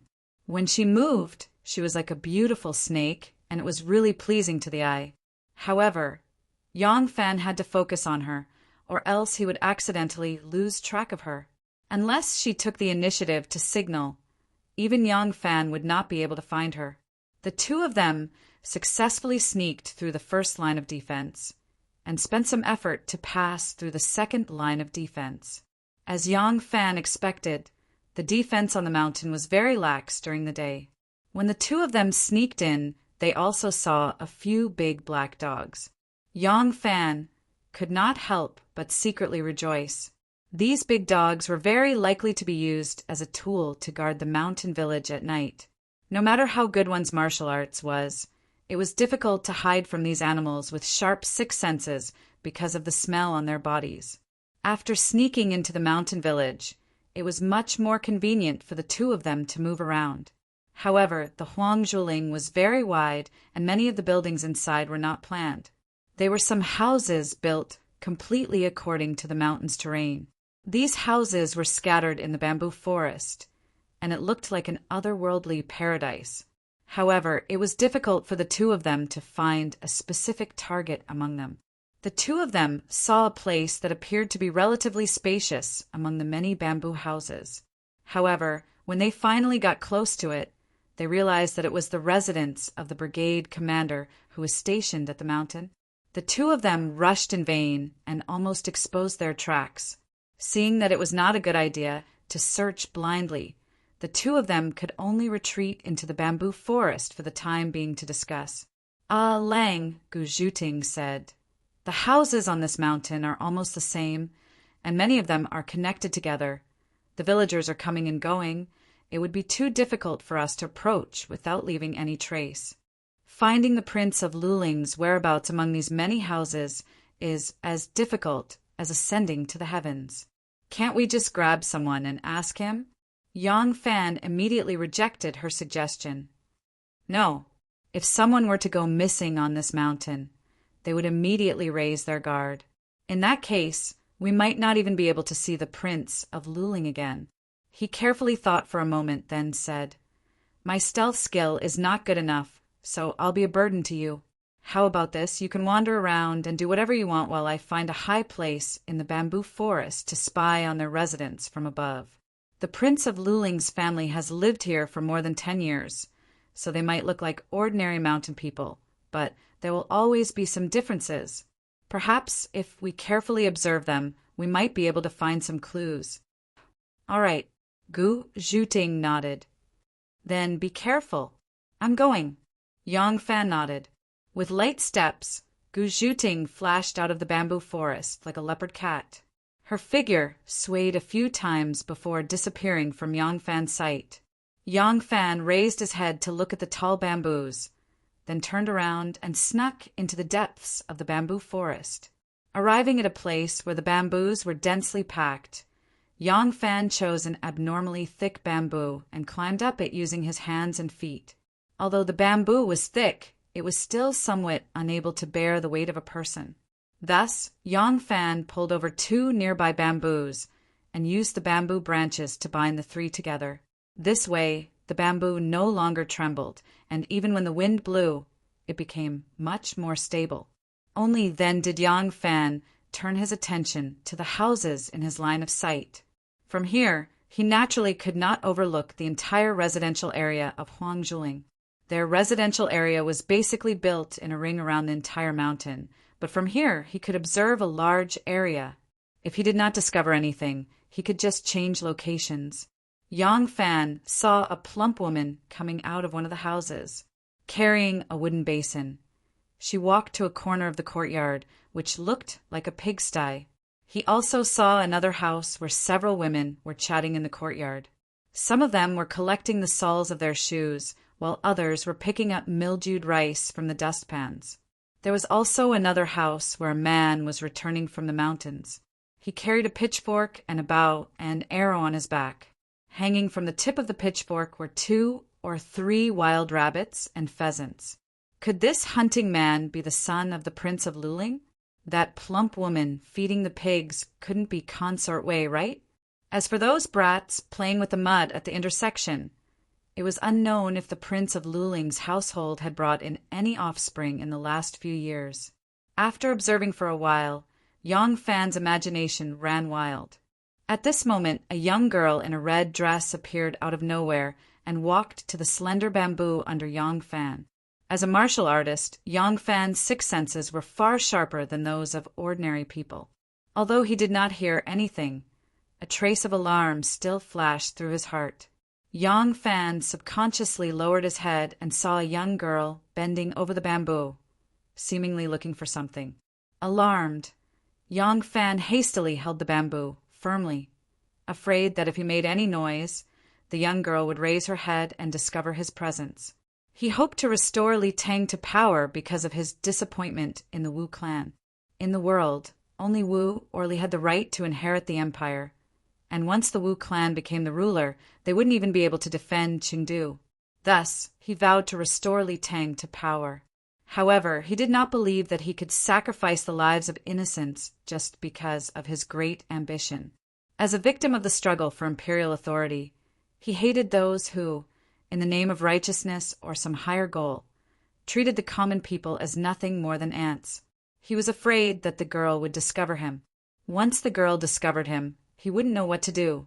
He couldn't cold-bloodedly kill people to silence them. These innocent people shouldn't be the touchstone to test his decisiveness in killing. In his eyes, those officials who disregarded human life were worse than animals. Thus, he could only hold his breath and pray that the young girl would leave as soon as possible. The young girl bent over the bamboo roots, searching for something. Later on, she even turned over the grass, appearing to be extremely focused. Yang Fan looked down from the top of her head, and the first thing that came into his mind was that her waist was very thin, shockingly thin. Women with beautiful figures were often described as thin waists that could be grasped, or light waists that could be bent, but that was only a description after all, and there was an element of exaggeration. However, this description was actually appropriate for this young girl. Her waist was truly so thin that it could not be grasped. Soon after, Yang Fan noticed her hair. Her hair was black and shiny, and when it was turned over, it looked like a startled bird's wings were about to fly away. This was the police swan bun. Because she was a young girl who had yet to leave her room, there was still a lock of beautiful hair under the bun. It was separated into 2 shaved shoulders, shaped like a swallow's tail. The young girl seemed to be looking for something under the bamboo. After searching for a while, she suddenly cheered and suddenly took a step forward. She bent over the grass and made a picking action. Listening to her voice, It was clear and sweet, with a hint of cuteness. It was unexpectedly as pleasant to listen to as an oriole. Yang Fan, who was holding his breath and observing from the bamboo pole, suddenly discovered that a snake was not far behind the young girl. Its flat head was raised more than a foot high, and it was eager to try. The young girl was completely unaware that although it was worn out, it was also because of this that her soft red dress, because of her bending over, clung tightly to her body, making it look round and perky. The snake was sticking out its tongue, and it slightly swayed its head back and forth as if it was going to stick out the next moment. Its target was the round arrow target in front of it. Yang Fan's heart suddenly jumped to his throat. He almost immediately wanted to warn the young girl, but reason immediately stopped him. In reality, even if he was not afraid of exposing himself, warning at this time would be of no use. It was impossible for the young girl to avoid the attack of this poisonous snake at such a close distance. He finally found it. The young girl happily laughed and jumped around. The poisonous snake suddenly stuck its head out and bit her body. Ah! The young girl only saw a shadow flash by and immediately screamed in fright. When she felt pain in her leg, she looked down and saw a colorful poisonous snake biting her thigh. The young girl's body went limp and she immediately fainted from fright. Yang Fan attached himself to the bamboo pole and looked around. He did not see anyone else walking in the forest, so he let go of his hands and quickly slid down from the bamboo pole. When his feet landed on the ground, the poisonous snake had already jumped into the grass. Yang Fan finally saw the young girl's face. Although she fainted because of fright and her face was abnormally pale, although the snake venom was working quickly in her body, making her eyebrows faintly reveal a touch of black hair, all these could not cover up her beauty. That kind of beauty was a kind of beauty that could not be described in words. That kind of dazzling brilliance, whether you looked at her from the front, from the side, or only saw her eyebrows, her eyes, her beautiful nose, or her seductive lips, you could immediately feel how charming her whole face was. Yang Fan had seen many beautiful women, blonde concubines, submissive Korean women, passionate and sexy Nanyang women, lively and generous Loyang women, especially the graceful and gorgeous Loyang peony Li Lingyue. Shanghai Wanner, who was full of a light, scholarly aura like a bright moon, charming and lovely Xiao Man, beautiful and moving anew, and even Ningke, who was like an orchid in a deep valley. These women all had their own unique beauty, but compared to the unconscious young girl in front of them, they were actually slightly inferior. It was impossible to say how many of these peerless beauties were inferior to her. This was purely a feeling in the heart. Moreover, such a calamitous beauty was only a 15 or 16-year-old girl. If she were to grow up a little, how terrifying would that be? Her beauty was the kind that caused others to be unwilling to move their eyes away. However, when Yang Fan gazed at her beautiful face that caused others to be infatuated with her, he sighed with emotion, hardened his heart, and turned around to leave. If he saved her, it was inevitable that his whereabouts would be exposed. If he did nothing, he could only watch the girl die. His reason pushed him away step by step, but his conscience dragged him, making his legs as heavy as lead, getting heavier and heavier. Chapter 780. The bamboo forest swayed, and when a gust of wind passed, there was a rustling sound, like a silkworm chewing on mulberry leaves. The girl in the red dress lay in the bamboo forest, silent and motionless. Only her pomegranate red dress moved with the breeze. Yang Fan walked back, faster and faster. Soon, he reached the girl's side and bent down to look at her. To him, perhaps he struggled for a long time, but in reality it was only a moment. He resolutely picked up the girl and walked quickly. The girl was very light as a feather, soft as if she had no bones. There was also a faint fragrance of flowers on her body. On her slender waist there was a small sachet, but Yang Fan would rather believe that the fragrance came from her body. Yang Fan smelled the fragrance and thought in self-mockery, if she wasn't so beautiful, even if I couldn't bear to do it, would I risk exposing my whereabouts and come back to save her? However, this kind of thing could only be asked from his heart. Who else could answer him? Cherishing beauty, whether it was the same kind, animals, plants, or other objects. Wasn't this a characteristic of humans that was different from other animals? Under the cover of the bamboo forest, there was a clear spring. It was unknown where the spring water came from and where it went. It was hidden in the depths of the bamboo forest. The spring water was not deep, the surface was flat like a mirror, and the color of the water was clear. The natural lava structure was like a dark green bowl holding the spring water. The spring water flowed out from the lower side, about 5 feet above the bottom. It was this 5 feet height that threw out a small waterfall. The water did not make a sound, and the splashes were not big. The parabolic flow of water was like a light silk, and also like the long hair of a girl facing the wind. And all around there were uneven bamboos, tall and short, thick and thin. The uneven and the water surface formed a beautiful scene of heaven. Yang Fan put the girl on the edge of the water, and after a brief inspection, he found that her thigh was bitten. Yang Fan did not put on any pretense, and immediately lifted her slightly worn red dress. His movements were not big. The women in the mountains did not even have underwear. If he lifted her dress a little higher, then her privacy would be completely exposed, and there would be no more spring scenery to be preserved. What appeared in front of him was a pair of beautiful legs, just like the legendary mermaids. Her slender, streamlined calves glowed with a glossy luster, and her thighs glowed pink, as if they were a piece of fine jade that had been meticulously polished by the most brilliant craftsmen. There was not the slightest impurity in them, and they were so soft. A little more, and they would be too fat, and a little less, and they would be too skinny. Even the most picky person would not be able to find any fault with them. Yang Fan pulled out the knife and without hesitation cut a small cross on the red and swollen wound. He bent down and sucked out the poisonous blood, spitting it on the ground to the side until her wound gradually healed. What he sucked out was bright red blood. Then he rinsed his mouth and scooped up a handful of clear spring water to clean her wound. Then he jumped into the forest. After a moment, Yang Fan came back, holding a few bunches of fresh grass in his hand. Growing up in the southern border, he might not know much about other things, but he still had a good understanding of the plants used to detoxify snakes. Yang Fan put the herbs into his mouth and chewed hard, and then applied the chewed-up medicine to her wound.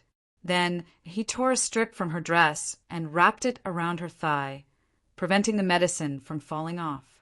When all of this was done, Yang Fan calmed down and thought about his own situation. The girl was quietly lying on her back, her long and neat, beautiful eyelashes gently covering her eyes. Her nose was delicate, and her lips were like flowers. A pair of small peach blossoms protruded from under her coat. The small hands hanging by Yang Fan's side were tightly clenched. Even if the small hands were clenched into fists, they were still infinitely soft and beautiful. Yang Fan remembered that when she was bitten by the snake, she seemed to be looking for something under the bamboo, so he went to pry open her small hands. There was a small pearl lying quietly in her small hands. The pearl was not big, and the color was also average, but for the children of a military family in the mountains, it was probably very precious. When Yang Fan saw this pearl, he suddenly thought of an idea. He could take away the belongings on the girl's body, and when the girl woke up, she would only think that someone had saved her, and then took the opportunity to rob her. In this way, he could perfectly explain why the person who saved her would disappear without a trace. This kind of person was, of course, someone from the stronghold, and he might even be someone she knew. But even if she said it out, it would not be easy to alert the garrison. A proud smile appeared on Yang Fan's lips, and he immediately took the pearl from the girl's hands. Seeing that there were no ornaments on her hair, he touched her sleeves, and when he saw that there was nothing in her sleeves, he moved towards her waist. A girl's body would not be burdened with many things like a man's, so if he wanted to search her belongings, he only needed to touch her sleeves and waist. Yang Fan did not want to take away her belongings, But if he wanted to play the role of a thief, he had to act more like it. If he wanted to play the role of a perverted thief, then if he only untied her belt and tore her clothes, but did not really touch her, it would obviously be a big flaw. It was the same principle as being a thief. It was a pity that there was nothing on the girl's waist as well. On the other hand, with a touch, Yang Fan felt how enchanting the beautiful birds bred by the beautiful mountains and rivers here were. Soft, graceful, and slender. From the slender waist to the angle of the pelvis, the extremely slender part slightly expanded, forming a moving curve. It was like spring water pouring down in torrents, not loud, not hurried, gentle, and intoxicating. 9 out of 10 things in life would not go one's way. Things did not develop according to Yang Fan's expectations. When his hand was still feeling around the girl's waist, before he could withdraw it, the girl opened her eyes, their eyes met, and Yang Fan felt a burst of embarrassment. The person lying in front of him was a beautiful girl, and with his current actions, if he said that he was a thief, would anyone believe him? "Who are you?" The girl spoke, just like the cheer that Yang Fan heard on the bamboo, sweet and crisp, with a bit of natural cuteness and coquettishness. Even if it was an interrogation, it did not sound strict, but was unusually cute. "You were bitten by a poisonous snake. I am saving you. Don't you believe me?" "My wound is not on my waist." Yang Fan retracted his hand with a whoosh, and without changing his expression, he said, "In order to save you, I used a snake medicine passed down from my ancestors. I have to charge money for treating people, but I don't know when you will wake up, so I thought, I won't trouble you. I will do it myself." The girl's eyes turned. Her clear eyes were so deep that they could frighten a person's soul. "I know everyone on this mountain, but I have never seen you before. You are not from the mountain." "Of course not." Yang Fan said calmly, "I am a medicine master. I go up the mountain to pick herbs. Because this yellow bamboo ridge is garrisoned by the army, it has not been destroyed by the villagers and woodcutters, so it is the place with the most lush vegetation in the surrounding mountains, so I secretly ran here." The girl blinked and said, "Listening to your accent, you are not a local?" Yang Fan said, "That's right. I am a medicine master. I travel the world picking rare herbs, and just happened to pass by this place. I heard that this ridge has the most lush vegetation, so I went up the mountain. Actually, I am a Taoist disciple, specializing in the cultivation of external elixir. I plan to pick all the elixirs in the world and refine a cauldron of elixir of immortality. If I was not proficient in elixirs, how could I have so, coincidentally, cured the poison in your body?" The girl thought for a while and slowly said, "You just said that your snake medicine is passed down from your ancestors." Yang Fan smiled and said, "Yes, it's passed down from my ancestors. I did not say it was passed down from my family. This is the elixir recipe passed down from my grandmaster, so of course it is passed down from my ancestors." "I see, then. Thank you very much for saving my life, warrior." The girl bent her waist and sat up, her watery eyes staring at Yang Fan. "I have not yet asked for benefactor's name." Yang Fan said, "Miss, you don't have to be so polite. My surname is Ma Chiao, and I am originally from Luoyang. May I ask for your name, miss?" The girl smiled sweetly and shyly lowered her head. "My surname is Niao. I come from the mountains. I don't have a real name, only a nickname. The villagers call me Jiukai Air for convenience." Yang Fan praised, "Good name, 7-colored, is as beautiful as a rainbow, only the name Jiukai Air is worthy of your beauty." Jiukai Air quickly glanced at him, and her face blushed, but when she looked down again, she found that her skirt was slightly pulled back, and although her thighs were covered, her 2 calves were still exposed. Suddenly, she couldn't help but feel shy, and lowered her head again. Twisting the belt of her dress, she softly said, "Thank you, Brother Ma, for saving my life. My family is poor, and I don't have many things on me, except for this bead, which was given to me by my grandmother. Now, I will give it to you as a thank you gift. I hope Brother Ma won't mind." "No, how could I?" Yang Fan almost returned the bead to her, but in order to maintain his current identity, he could only harden his heart and put the bead on his waist, got up and said with a smile, "Miss, although you have woken up, the poison in your body has not been cleared. You should go home and rest. You might feel a little dizzy, but you will be fine after a day or two." "Yes, thank you, Brother Ma." Jiu Kai Er also stood with her hands on her knees and slightly bowed to Yang Fan. Her eyes turned, and she couldn't help but ask, "Brother Ma, don't you bring a hoe or a basket when you go up the mountain to pick herbs?" Yang Fan's heart jumped. This little village girl is very meticulous. Yang Fan immediately said, "Just now I was busy saving you, so I left the hoe and basket in the bamboo forest over there. I will go get them, and then I will go down the mountain. As for me going up the mountain to pick herbs, I also know that this mountain is forbidden, so I hope you." Jokair understood and said, "Brother Ma, don't worry, you are this servant's benefactor. This servant will cover up for you." With such a beautiful and pure girl personally making a promise, Yang Fan let out a sigh of relief and nodded. "Then this one will take his leave." Yang Fan turned around and was about to leave, but the moment he turned around, the eyes of the young girl behind him suddenly flashed with a fierce light. She quickly bent down and picked up a sharp stone. When she was still sitting on the ground, she had already chosen this sharp stone that could be used as a weapon. Jiu Kai Er picked up the stone and jumped forward, aiming the sharp part of the stone at the back of Yang Fan's head. Although she was a weak woman and had just been poisoned by the snake's venom, the back of her head was an extremely fragile part. If she was hit, Yang Fan would immediately die. Chapter 781. Yang Fan was still feeling proud of himself for being able to deal with this inexperienced girl with just a few words, but he never would have thought that the timid little rabbit would suddenly turn into a tigress. However, this girl had never practiced martial arts before, and the snake venom in her body had not completely cleared, affecting her speed. Although her actions were decisive and ruthless, with Yang Fan's skills, he was still able to react in time. Yang Fan hurriedly turned his head, and the stone brushed past his ear, leaving a bloody mark on his neck. Nine-colored air, who had missed, let out an ouch and slammed heavily into Yang Fan's back. Yang Fan turned around and grabbed her arm.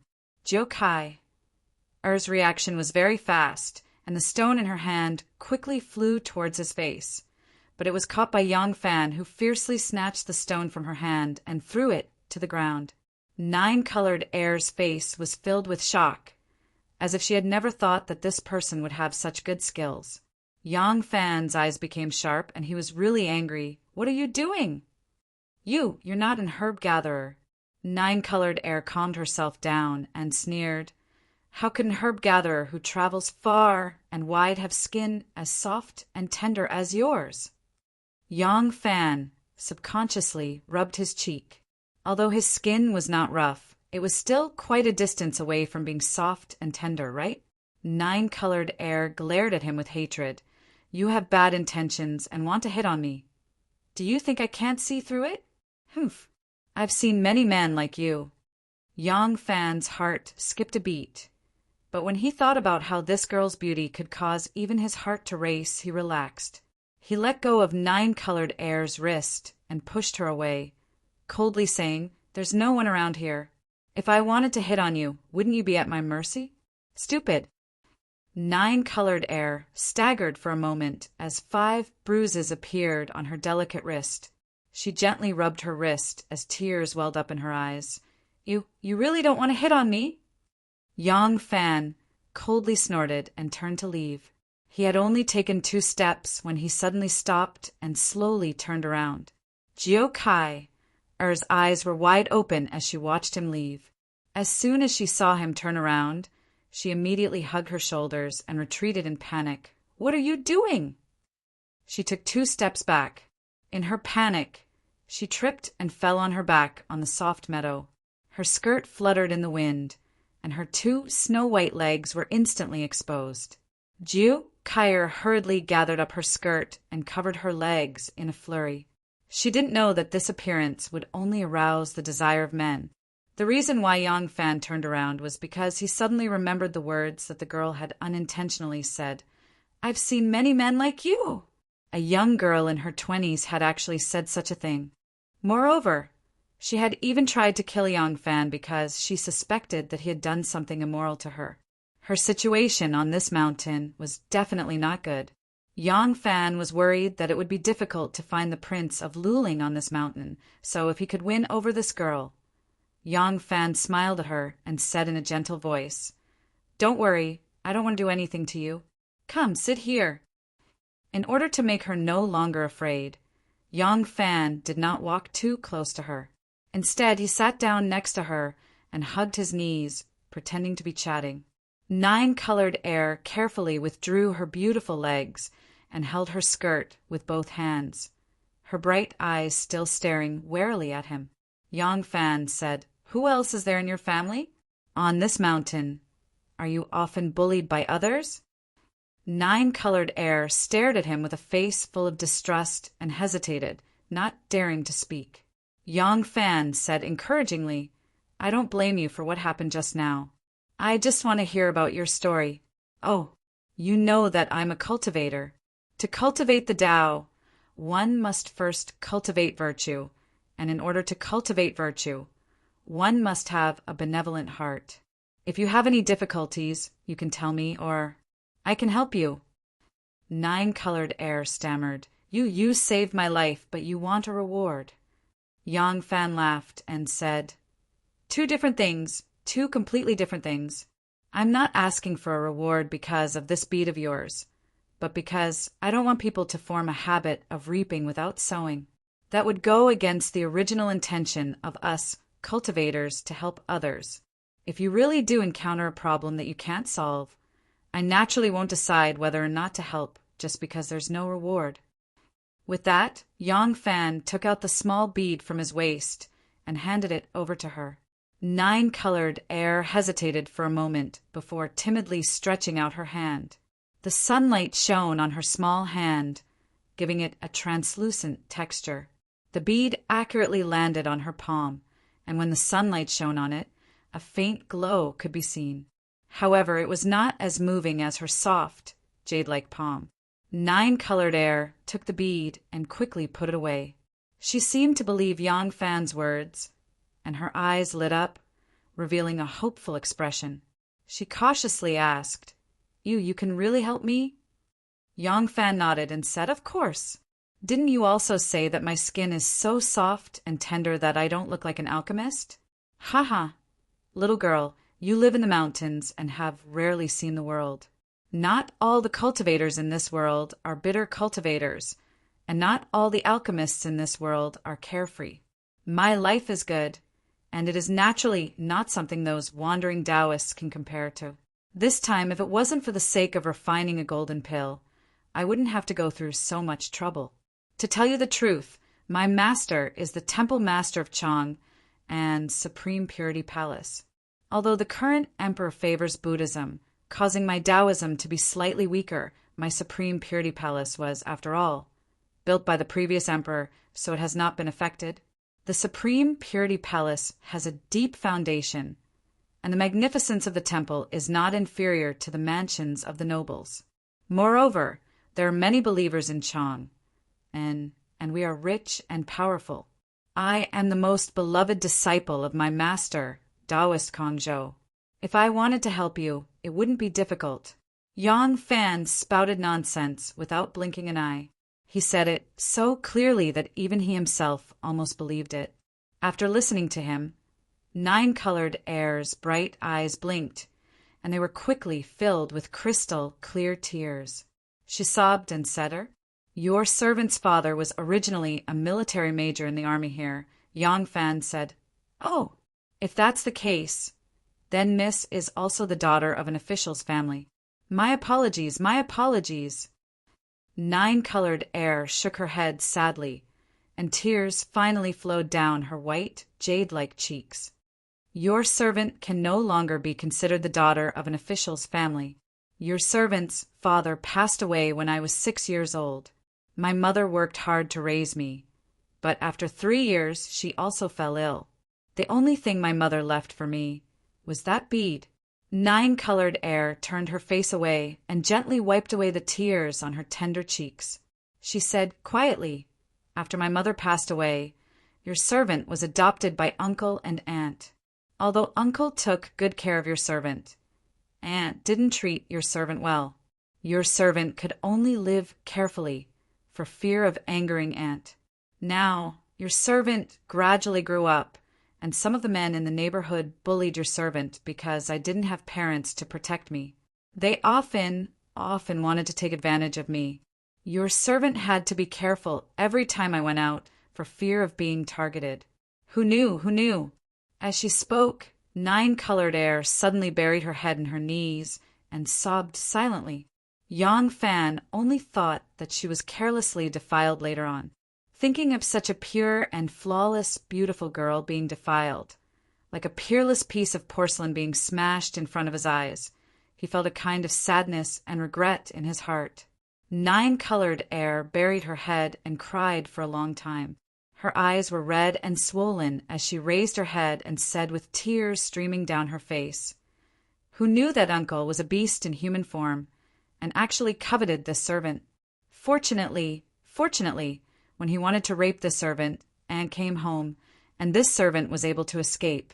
The one who saved this servant was Aunt, who had always regarded this servant as a thorn in her side. Don't you think it's funny?" Yang Fan was silent. Nine-colored air gently wiped her tears and said faintly, "Uncle was a bit henpecked. With Aunt at home, he didn't dare to have any ideas about this servant. From then on, as long as Aunt went out, this servant had to quickly follow. But once outside, I was afraid of the malicious people in the neighborhood plotting against me. This forest became this servant's hiding place. This servant, only here can I breathe in peace." Yang Fan listened to her sobbing about her unbearable situation and felt like his heart was about to explode. If it wasn't for the heavy responsibility he had at the moment, he really wanted to play the role of a wandering knight and help this girl slaughter her uncle and aunt, who were worse than pigs and dogs. When I take the Prince of Luling away, I can take her with me. With her beauty and voice, I can send her to Grandmaster Rumei's tutelage. I'm sure that in 20 years she will become a grand consecrator. It's just that contacting the Prince of Luling is a very important matter. Nine-colored air is a natural beauty and is often coveted by others, so she has developed a habit of not trusting others. I can't tell her my goal right now. I have to make her trust me and rely on me more. Only then will I be able to make use of her." Thinking of this, Yang Fan comforted her. "Nine-colored, don't cry. Your situation is truly pitiful and worrisome. At home, you have to guard against internal thieves, and when you go out, you have to guard against external thieves. Alas, now that you're all alone, I presume you have nothing to miss in Uncle's home?" Nine-colored air nodded vigorously. Yang Fan sighed and said, "If I take you away, will you be willing? Don't worry, I have a place to settle you down. You won't have to worry about food or clothing, and you won't have to worry about anyone plotting against you there." Nine-colored air stared at him, a strange light flickering in her eyes. Yang Fan suddenly recalled the misunderstanding just now and hurriedly explained, "Don't worry, I won't have any designs on you. There's no one here, so if I have any evil intentions, can't I do whatever I want to? I'm not a bad person, so don't worry." Nine-colored air shyly lowered her head before raising it again with a smile. There were still traces of tears on her face, but her smile was like a weeping pear blossom, exceptionally charming. I've already thought it through. Just now, because I had just woken up, my mind was still a little unclear, and because I saw Big Brother Machiao on me. I misunderstood Big Brother.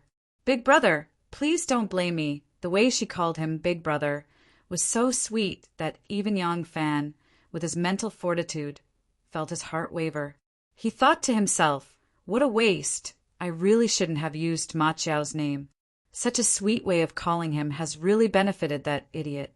Chapter 782. You want to take me away now? Not now. You also know that I snuck in here to pick herbs, and I still have some matters to attend to. If I take you away now, I'll have to leave this place immediately, but I still haven't found the main ingredient I want. You go back first and wait for me to arrange everything, okay? The light in Jiao Kai's eyes immediately disappeared, and she could not hide the disappointment in her eyes. Perhaps it was because the hope that had suddenly sprouted in her heart made her worry too much, so she did not believe in Yang Fan's promise. She was worried that Yang Fan would leave her behind once he left the mountain. Perhaps Yang Fan's words just now were just to appease her, to make sure she could safely escape. After all, there was a sign at the bottom of the mountain that said, "Trespassers will be killed." If he did it for this reason, it would be completely justifiable. Yang Fan could see her worry and distrust, but he also felt that this girl would not be able to survive in this fiery pit. Perhaps he really could use her to get in touch with the Prince of Luling. Yang Fan touched her body. Her purse wasn't very rich, but for a young girl living in the mountains, it could be considered a huge fortune. Yang Fan took out the bag and placed it in her hand, saying, "Take this money first, it might be of some use. Tomorrow at this time, I'll still be here to pick herbs. If it's convenient for you, you can come see me." Jiao took the bag with a doubtful look. Perhaps it was because she had lived in the mountains since she was a child and did not know human etiquette, but she did not hesitate to open the bag in front of Yang Fan. "Wow, this is gold? What a big piece." Jiao picked up a piece of gold and exclaimed. Inside Yang Fan's bag was a piece of gold, 2 pearls the size of longan fruits, and several dozen copper coins. Although gold could not be directly used as money, it could be exchanged for money. Thus, people who traveled far away would rarely carry a heavy bag of money and would instead carry gold, pearls, and other valuable things. Looking at this bag of money, it just happened to confirm what he had just said. He really did come from a faraway place. Jiao Kai had probably never seen such a large amount of wealth in her life, and her eyes shone brightly. Yang Fan looked at her excited expression, smiled slightly, and said, "Yes, do you believe me now?" "Yes. Yeah. Jiao Kai pursed her lips and nodded repeatedly with a joyful expression on her face. Her nasal voice was extremely adorable. Yang Fan teased her, "Look at you now. Gold is the antidote to your poison." Jiao Kai's face turned red, and she rolled her eyes at him, feeling a little bashful. Yang Fan withdrew his smile and said, "All right, I have to go. You should go back too. Be careful, I'll be back here tomorrow." Yang Fan waved at her and disappeared into the bamboo forest. "Brother Ma Chiao, I'll see you there." Jiao Kai caught up to him and waved her golden biscuit at him sweetly. Yang Fan pretended to go back to look for his hoe and bamboo basket. After walking through the bamboo forest for a while, when Jiao Kai could no longer see his figure, he immediately returned and quietly stared at Jiao Kai. Jiao Kai was probably afraid of being poor. After suddenly obtaining such a large amount of money, she knelt on the ground and looked at the golden biscuit for a while before putting it down lovingly. She then raised the pearl and looked at it for a while. Even those copper coins, she looked at them carefully for a long time, as if they were treasures. Yang Fan sighed inwardly. Just by looking at her appearance, he could tell how hard she was usually on the outside. However, the hard life did not affect her growth. Perhaps natural beauty referred to women like her.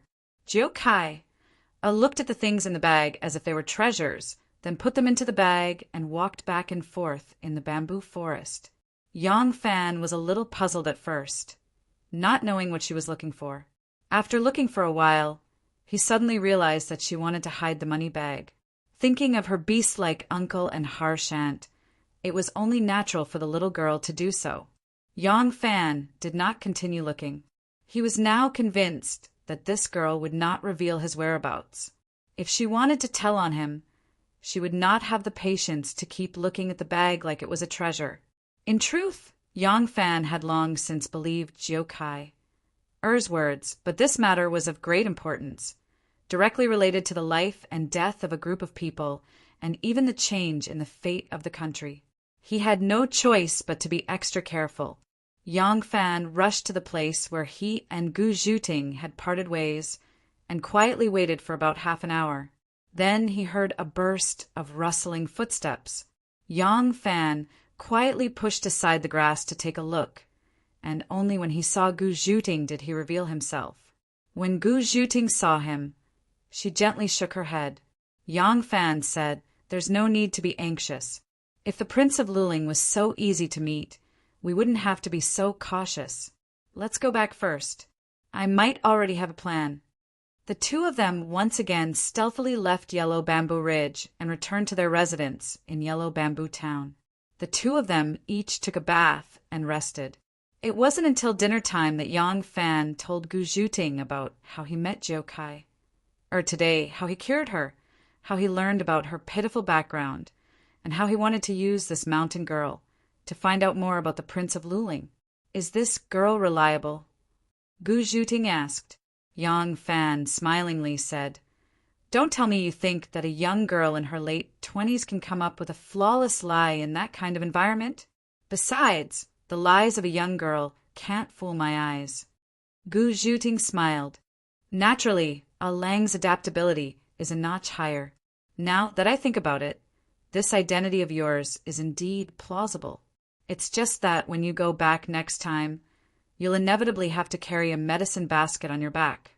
What I mean is this girl is, after all, a citizen of the garrison. Will she leak the news that Lang is coming up the mountain?"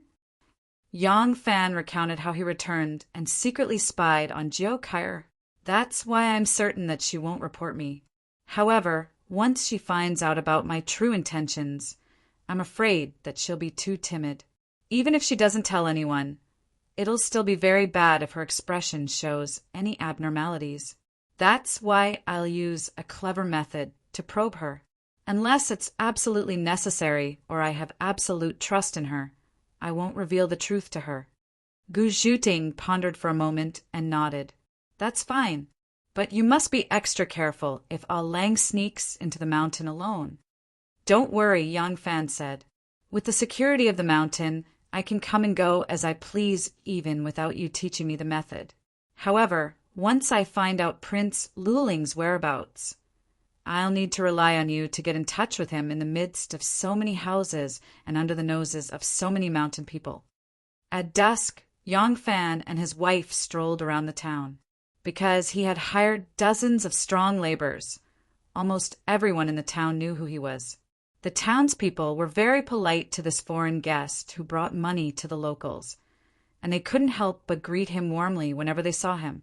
Yang Fan and his wife also responded enthusiastically.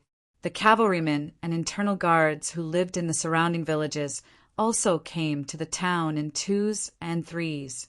Since Yang Fan's matter was still unsettled, he naturally didn't have any instructions for them. As soon as they saw Yang Fan walk past them expressionlessly without even looking at them, they knew that they had to continue waiting. Thus, they also passed by Yang Fan as if nothing had happened. Gao Ying, Lan Yiqing, and the other girls who belonged to the internal guards were very excited about this mission. They were most happy to see that Yang Fan still hadn't gotten in touch with Prince Luling. They had been cooped up in the palace for far too long. Every year, they would only have the opportunity to go out on several major festivals, and that was only when they weren't unlucky enough to be on duty. Now that they had gone so far away, especially in the countryside of Fangzhou, which was completely different from Luoyang, these girls were having so much fun that they forgot about home and home. The next day, when the people hired by Yang Fan went up the mountain again, Yang Fan and Gu Zhuting also quietly followed behind them. This time, Yang Fan carried a bamboo basket on his shoulder with a medicinal hoe inside. The pace of life in a small town in the mountains was so slow that it made one's hair stand on end. In Luoyang, when the sky was just beginning to brighten, the bells and drums would ring loudly. Unless one was sleeping like a dead pig, it was fine to not wake up even if one wanted to. In this place, Yang Fan opened his eyes punctually, washed his face, brushed his teeth, went to the latrine and practiced his martial arts. There was still no smoke coming out of the kitchen chimney. They waited and waited. When breakfast was finally served, it was already late in the morning, but they still had to eat and chat, drinking a bowl of porridge for an entire hour and swaying left and right for a long time before they finally picked up their chores and left. When they left the door, they didn't see them walk quickly. They walked even slower than cows. In Loyang, Yang Fan was already used to the fast pace of life in the capital. Even his walking speed was much faster than theirs. Yang Fan followed behind them for a while, but he really couldn't wait any longer. He and Gu Zhuting took a small path to get ahead of them and rushed to Huang Zhuling first. When they reached the foot of the mountain, Gu Zhuting hid in the forest and waited. Yang Fan sneaked past the guard surveillance tape and quietly entered the mountain. On the narrow mountain road, flowers swayed along the roadside. The stream turned, and the tall bamboo covered the scenery. The beauty under the bamboo was elegant and pleasant. Jiao Kai sat cross-legged on the meadow under the bamboo forest beside the quiet spring. Her elbows rested on her legs, and her cheeks rested on her hands. Her black hair was not tied up, and her beautiful face was like jade. Her clear eyes were slightly blurred as she looked at the quiet and clear spring water. Suddenly, she raised her head and looked at the sky. The sky was azure blue, but under the cover of the tall bamboo, only a corner of the sky could be seen. Moreover, it was cut by the thin bamboo leaves and hung messily above. She muttered to herself, "Do we really have to leave this place?" Her expression was somewhat perplexed, but it was immediately replaced by determination. She clenched her fists, and her face was flushed with excitement. "Leave! No matter what, we have to leave. Even if it's a big risk, this place. I've had enough." "Haha, so you're here." Yang Fan separated two thin bamboos and walked over with a bamboo basket containing a few herbs on his back. "Big brother Ma Chiao." Jiao Kai turned around in surprise. As soon as she saw Yang Fan, a pair of dimples appeared on her cheeks. Like a swallow, she leapt up and flew towards him. Chapter 783. Big Brother Ma Chiao. Jiao Kai ran in front of Yang Fan and happily held onto his arm.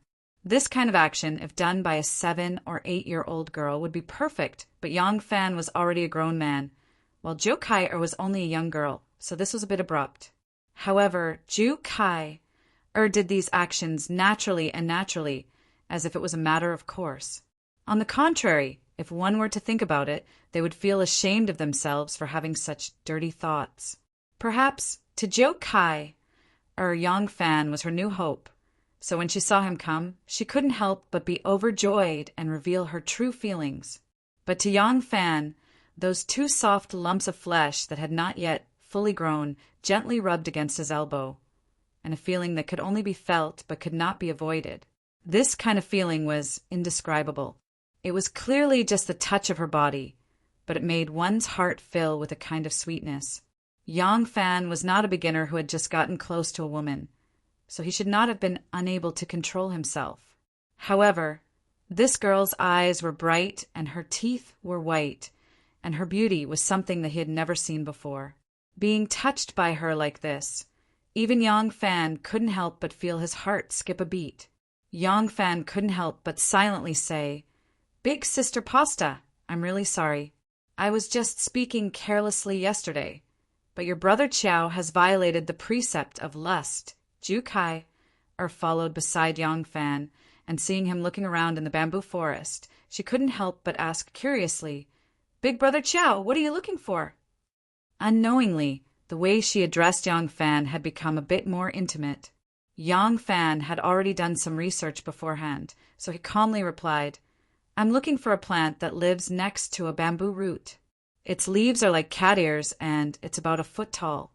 Its stem is yellow, and it's shaped like a worm. It's a necessary ingredient for refining the longevity pill." Jiao Kai was surprised. "What is that? I've never seen such a thing in the bamboo forest before. What use does it have?" "Of course," Yang Fan said, "bamboo leaf can treat mouth sores and eye pain, insomnia, and stroke. Bamboo drip can treat chest heat. quenching vexation and relieving thirst. Bamboo fruit can communicate with the mind. It can lighten the body and nourish the qi. Bamboo Aryu can treat warm qi, cold, and heat, vomiting blood and collapse. Bamboo root has the effect of clearing heat and eliminating vexation. Bamboo is a treasure all over, and this bamboo treasure that grows from it is a treasure for refining longevity pills. It's just that this item is extremely difficult to find. Yang Fan spoke as if he was telling the truth, and Jiu Kai couldn't help but sigh, becoming an immortal, achieving the Tao, and living forever. I always felt that such things were a bit illusory. Big Brother Chiao is a talented man, and since you've learned the Tao from the Sky Boat Immortal, your knowledge must be profound. Why not become an official and seek wealth and prosperity?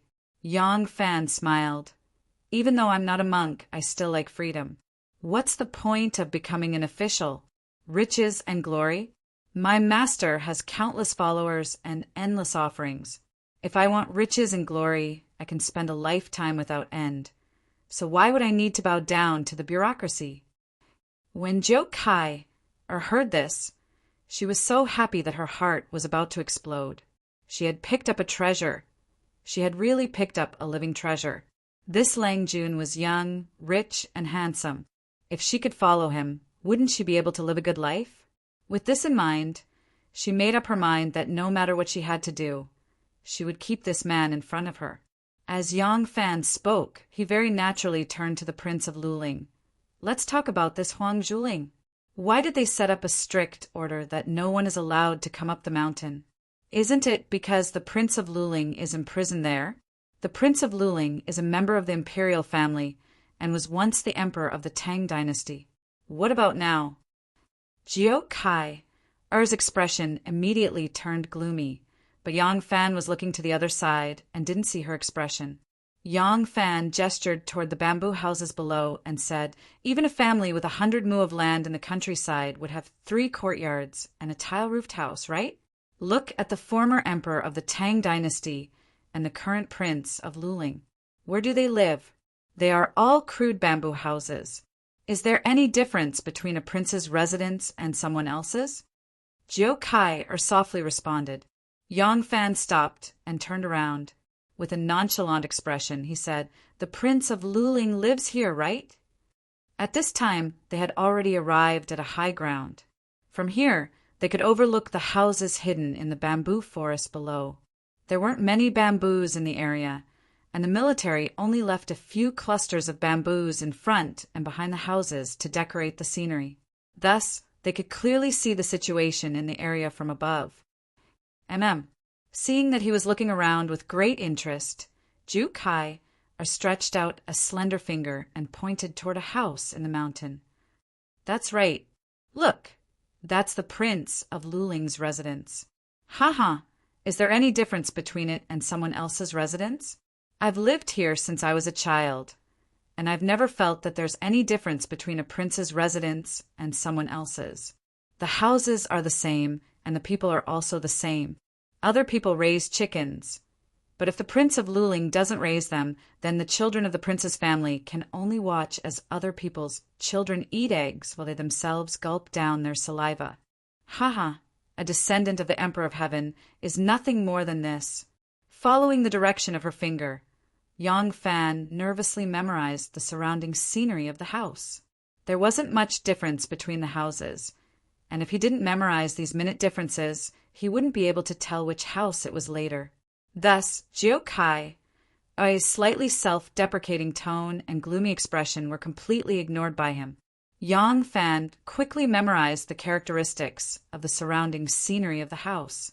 Pretending to be uninterested, he turned around and continued to look around for the so-called bamboo treasure, while agreeing, that's right, a prince of the imperial family can only end up like this. Why would I want to become an official? If I become an official when I encounter a calamity, I won't even have the freedom of a commoner. Why bother? Jiu Kai softly replied. Her voice wasn't loud, but her nod was unusually forceful. After figuring out where the Prince of Luling's residence was, Yang Fan was no longer in the mood to continue looking for the non-existent bamboo treasure. Just as he was about to descend the mountain, Ju Kai finally couldn't help but ask, "Brother Chiao, when can you take me away?" "Uncle, he's forcing me again." This time, I almost couldn't escape. As she spoke, her eyes reddened, and she couldn't help but lower her head, gently rolling up the corner of her clothes. Tears began to well up in her eyes. This appearance was truly pitiful, and Yang Fan couldn't help but advise, "Don't worry, tomorrow or the day after. If I still can't find the bamboo treasure, I'll go somewhere else to try my luck. At that time, I'll take you away." Jiu Kai was wild with joy. She suddenly opened her arms and threw herself into Yang Fan's embrace. She kissed him on the cheek with a paw sound. She kissed him hard. Such a passionate young girl was something Yang Fan had never seen before. He couldn't help but touch his cheek in a daze. Blushing, Jiu Kai shyly lowered her head and softly said, I really can't control myself. Brother Chiao, you don't know, but I've been living in fear here every day, as if I'm living in hell. I really can't stay here any longer, so. With a relieved smile, Yang Fan comforted her. I understand how you feel, being trapped in a place that can drive a person crazy. Once there's a chance to escape, you really can't wait. All right, be careful. I promise you, in 2 days, I'll definitely take you away. Brother Chiao, you're a very good person. Jiu Kai reluctantly glanced at Yang Fan, then turned around, her red dress swaying in a dazzling circle. She then lifted the hem of her dress, and like a beautiful female deer, she ran into the tender yellow and emerald green bamboo forest. The bamboo poles were long and slender, leaving behind a beautiful shadow. The girl with a cute face and a miserable life gradually disappeared into the depths of the forest. Only then did Yang Fan quickly sweep down the mountain. Along the way, he avoided a few women who were digging bamboo shoots and collecting bamboo mushrooms. He snuck past the guard surveillance tape and returned to the foot of the mountain. He briefly told Gu Zhuting, who was waiting there, the information he had inquired, and the two of them snuck up the mountain again. In order to ensure that he didn't make any mistakes, Yang Fan went all the way to the place that Jiu Kai had pointed out. From the same angle, he identified the house and pointed it out to Gu Zhuting. Gu Zhuting immediately began to observe the place from a high vantage point.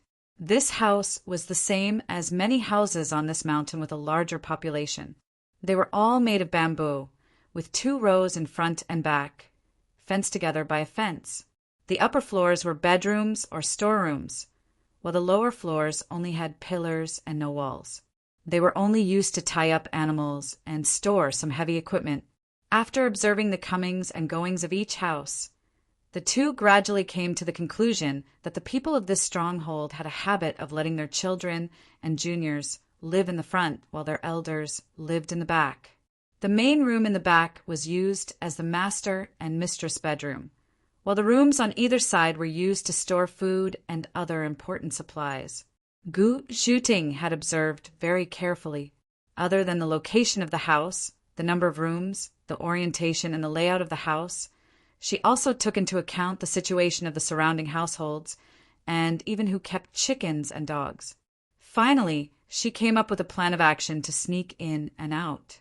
Naturally, Yang Fan wouldn't pretend to be an expert in this kind of plan drawn up by a professional and give orders blindly. He only listened to Gu Zhuting's simple explanation. She didn't mention too many details, but Yang Fan was already amazed by the plan she had drawn up. He nodded repeatedly and said, "It's done. Let's do it this way." There weren't many bamboos where the two of them were standing. In order to avoid being seen, after confirming the prints of Luling's residence, the two of them snuck into the depths of the bamboo forest and waited for the sky to turn dark. Although they couldn't light a fire, the two of them had brought some dry rations with them. Gnawing on the rations and drinking spring water, they had a casual meal and then quietly waited for the sky to turn dark. At dusk, it suddenly began to rain on the mountain. Gu Zhuting had prepared many strange things, and the moment it began to rain, she took out 2 extremely soft silks from her bag. perhaps because of the texture of the silks, or because she had applied a layer of something to them. The two of them were surprisingly able to protect themselves from the rain. Because of the rain, when the sky turned dark, no one moved about in the stronghold.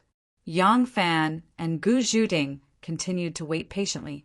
Only when the dusk was enough to conceal their figures did the two of them emerge from their hiding place and quietly make their way toward the cluster of bamboo houses.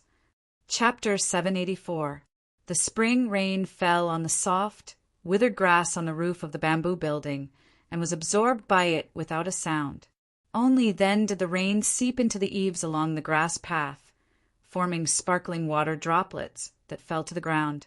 Every few steps on the bamboo building, there was a stone with a groove in the middle. A bamboo tube that was cut in half was placed in the groove, from top to bottom, forming a certain angle. The rainwater fell into the bamboo tube, forming a trickle that happily flowed to the end, turning into a waterfall that poured downstairs. The rainwater hit different parts of the bamboo tube, forming a song with different pitches and a unique charm. In the room, an old man with white sideburns, a clear face, and thick wrinkles sat next to the clay stove. He listened to the disturbing music irritatedly, stuffing firewood into the stove. The fire was burning fiercely. He closed his knees together, facing the spitting flames, letting the heat of the fire roast his knees. The back door of the front building opened, and an oil paper umbrella slowly came out. It floated down the stairs across the courtyard and slowly rose up to the back building. It walked along the bamboo corridor with the sound of running water to the door in the middle and pushed the door open. The rainwater falling from the eaves hit the oil paper umbrella, making a piu-piu sound like boiling water being poured on the ground. In just a moment, the umbrella was closed and the person under the umbrella floated into the room, and the bamboo door was also closed with a creak. The dripping umbrella formed a bundle and was placed by the door. The person holding the umbrella walked with light steps to the side of the old man who was lighting the fire. The old man who was sitting by the stove turned his head to look at the person and muttered, "What an unlucky rain. My legs are so sore every time it rains. I want to chop them off to feel better." Is Long Juin's old cold leg disease acting up again?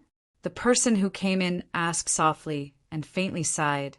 It was spring and summer, and it was the time when it rained a lot. Her husband would probably suffer again and again. Looking at the old man's age, his wife shouldn't be young either. However, the woman's voice was as soft and beautiful as a flute. It also had a hint of magnetism and was very pleasant to the ears. She shouldn't be too old. Sure enough, she pulled a stool over and sat down next to the old man who was warming himself by the fire. The red light of the fire illuminated her face. She was indeed not old, maybe only 20, more or less. Her skin was fine and white, and the texture was as compact as exquisite porcelain. There was not a single wrinkle on it, or 30. That pair of naturally born peach blossom eyes, when not smiling, were slightly squinting. From time to time, they would overflow with clear light. That kind of mature woman's charm was definitely not something that a woman who had just become a woman could nurture. Or perhaps she should be 40 years old. Under her slightly raised neck, her pink and tender skin was slightly loose. The bright and dark flames reflected in her eyes, and there were slight wrinkles at the corners of her eyes, although it was not clear if one did not look closely.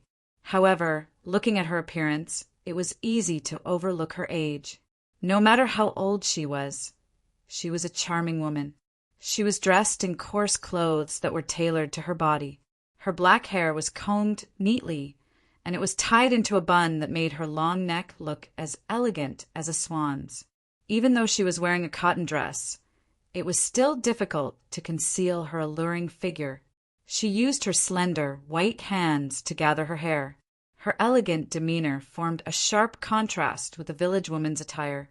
"Lang Jun, I heard that the Khitan people in the north rebelled against our Tang dynasty."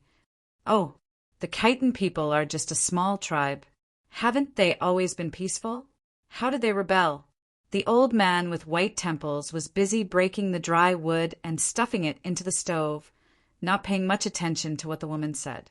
The beautiful woman continued, I heard that they even raised a banner saying, Return my Luling, Prince of Xiang. The old man was startled and let out a soft cry. He was momentarily absent-minded and let the fire burn his hand. He quickly retracted his hand and sucked it a few times. Shocked and angry, he said, The Khitan people raised the banner, Return my Luling, Prince of Xiang? I, Li Xian, have no grievances with the Khitan people. Why would they harm me like this? Li Xian.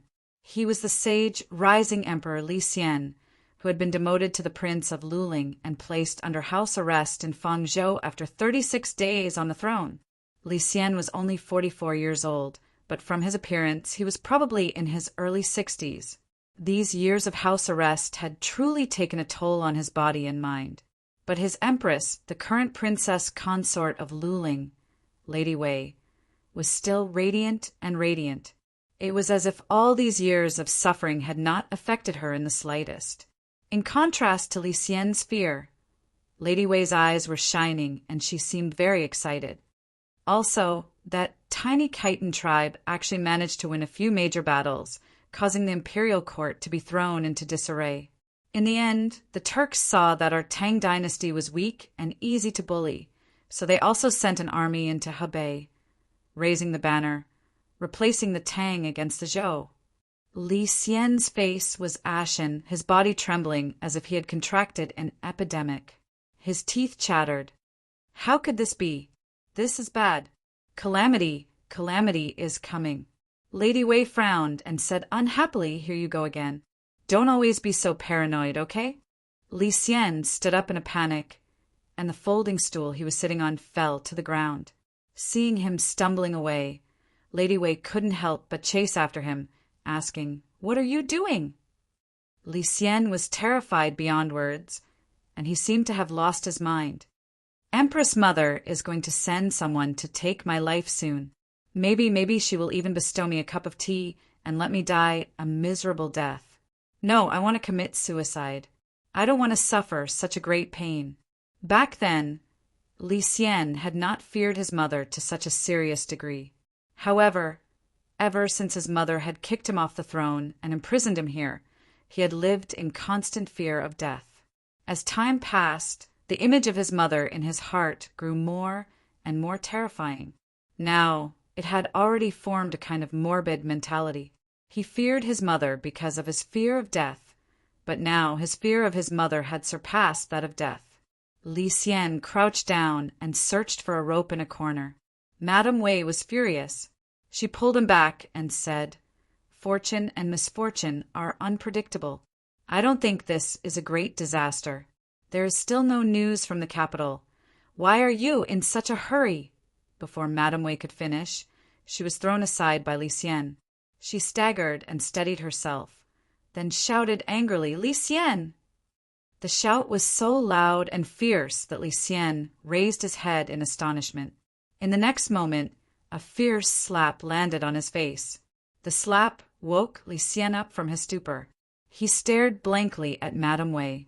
Madame Wei said word by word, Do you think that if the Khitans and Turks used you as an excuse to invade the Tang dynasty, Empress Mother would view you as a thorn in her side and want to get rid of you as soon as possible?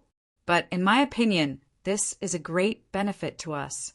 Why don't you think about how old Empress Mother is now? Everyone in the world is still using your identity to make a fuss. What does this mean? This means that even though she has become the Empress, she has yet to win over the hearts of the people in the world. She has one foot in the grave. It is too late for her to win over the hearts of the people. She doesn't want the world to be in chaos after her death.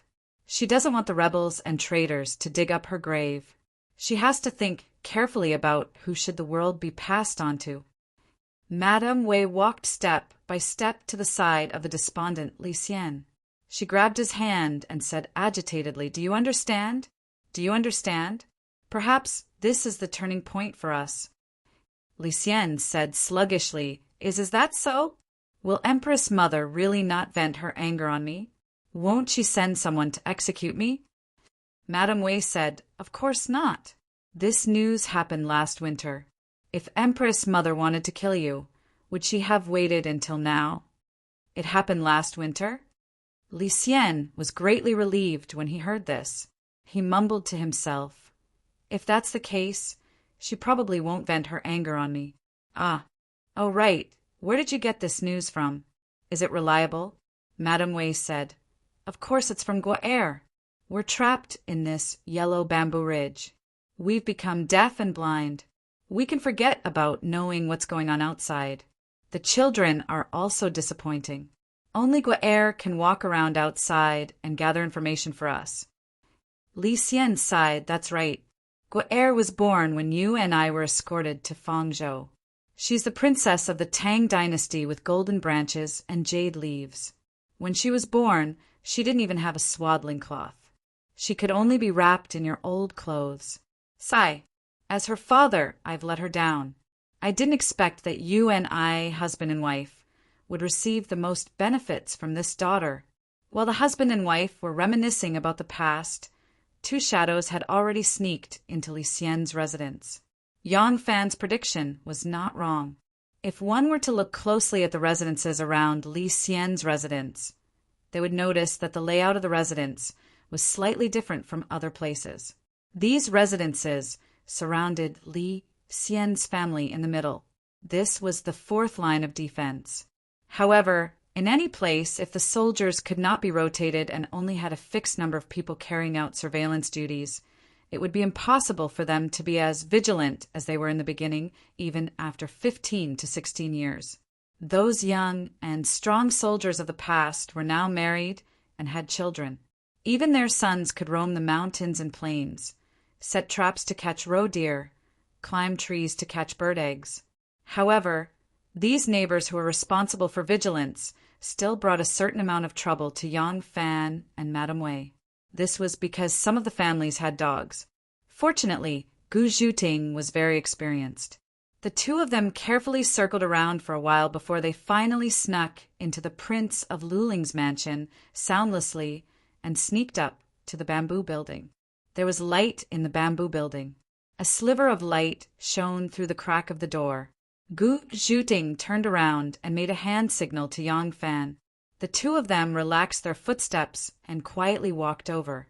The floor of the bamboo building was paved with bamboos. Even the slightest movement would produce a slight, squeaking sound. Luckily, the rain had not stopped yet. The rainwater poured into the half-cut bamboo tube and made a tinkling sound, which perfectly covered the sound of their footsteps.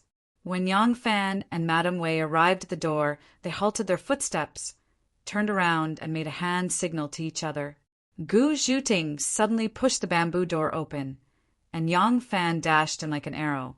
The lingering fear in Li Xian's heart gradually disappeared. He was cuddling up with Madame Wei, reminiscing the past in a low voice. Suddenly, a dark shadow flashed in like a whirlwind, startling the husband and wife. After all, Li Xian was a man, so he was relatively calm when facing such an unexpected event. However, Madame Wei was a woman. Encountering something like this, Madame Wei was even more afraid than Li Xian. She immediately let out a shrill scream and quickly hid behind Li Xian, clutching his clothes tightly. Before Li Xian could see Yang Fan's face clearly, he saw the blade on his waist. It was a strange blade that was long and narrow like a sword. Li Xian suddenly thought of a possibility, and his reflexive phobia of Wu Zetian broke out again. His legs trembled, and with a trembling voice he asked, Are you sent by Empress Mother to kill me? Chapter 785. Yang Fan had wanted to confirm this person's identity, but with Li Xian's question, Yang Fan immediately knew that this person was Li Xian. Yang Fan knew that his rash intrusion would frighten the owner of this room, but he didn't expect that it would frighten this former emperor to such an extent as if he had seen a ghost. Yang Fan hurriedly bowed and said, "This subject greets your highness by imperial edict. Here is a secret edict from His Majesty, asking Prince of Luling to..." Yang Fan took out the neatly wrapped imperial edict from his bosom. Li Xian was like a rabbit that had been shot by an arrow, jumping up with a whoosh and hurriedly retreating 2 steps.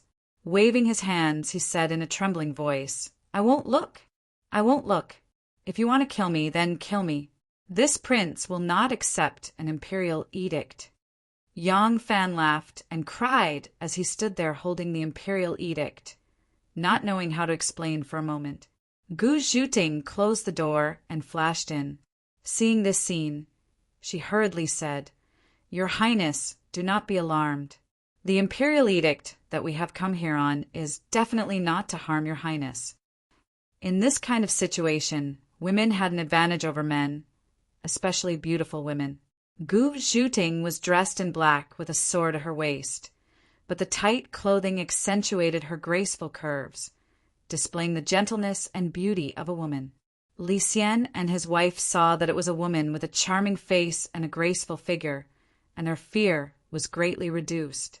Madame Wei forced herself to remain calm and stepped forward to ask, You have come on imperial edict. Why? Why are you like this?" Yang Fan understood and said, "This must be Princess Consort." "Subject Yang Fan greets your Highness. Subject has indeed come on imperial edict. As for why subject is stealthily trespassing, I ask your Highness and your Highness to look at the imperial edict first. Then this subject will explain his difficulties." Madame Wei saw that he was respectful and courteous to her, and her timidity faded even further. She stretched out both hands and received the imperial edict. Only now did Yang Fan see Empress Wei's appearance clearly. He was both shocked by her youth and shocked by her beauty. He hadn't expected that this former holy empress would still be this beautiful. Under the light of the fire in the quiet room, her beauty was still faintly discernible, as if she was in her 20s. Madame Wei took over the secret edict, then slowly moved to one side. She untied the seal, took off the tube jacket, pulled down the lid, and slowly pulled out a yellow silk. Then she unfolded it slowly under the light of the fireplace. Li Xian stood by her side, looking as if he wanted to look, but didn't dare to. Madame Wei read through the secret edict carefully. Her eyebrows twitched at first, then her eyes narrowed.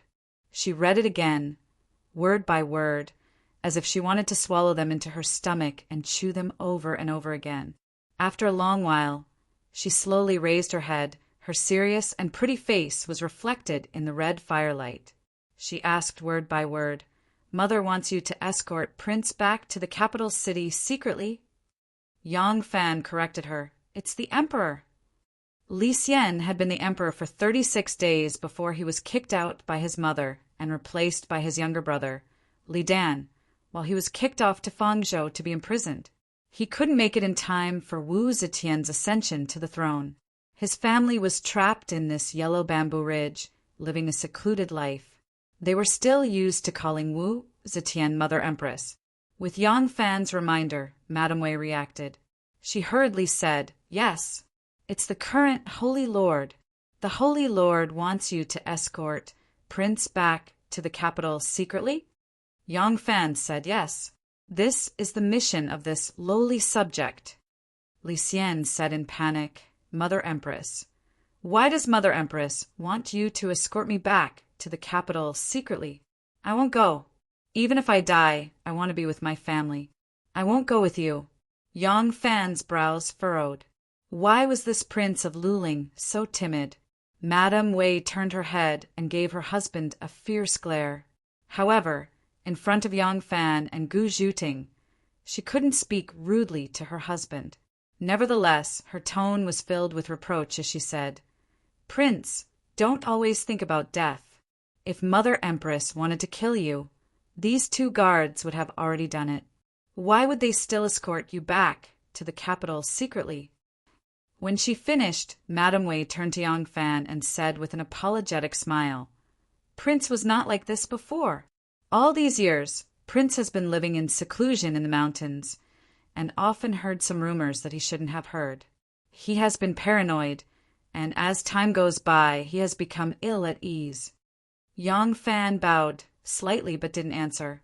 As if she suddenly thought of something, Madame Wei quickly walked to the corner of the room, picked up 2 stools, and brought them to the center of the room.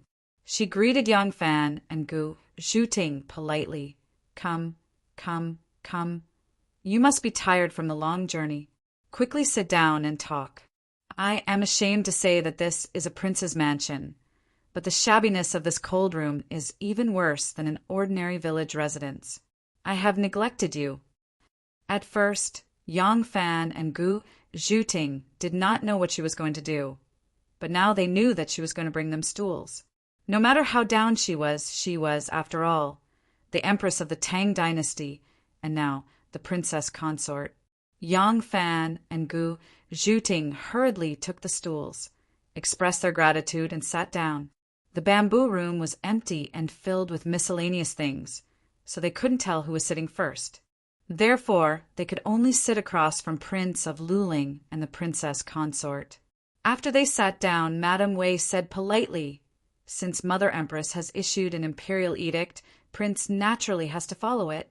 It's just that Prince has been living on this yellow bamboo ridge for 15 years and is isolated from the outside world. You haven't seen Mother Empress for many years. I wonder what Mother Empress is planning by secretly summoning Prince back to the capital this time. Please explain it to the celestial ambassador so that Prince can be prepared, lest he acts abruptly and displeases Mother Empress." Wu Zetian only needed to issue an imperial edict to summon Prince of Luling back to the capital. That would be a true order to summon Prince of Luling back to the capital.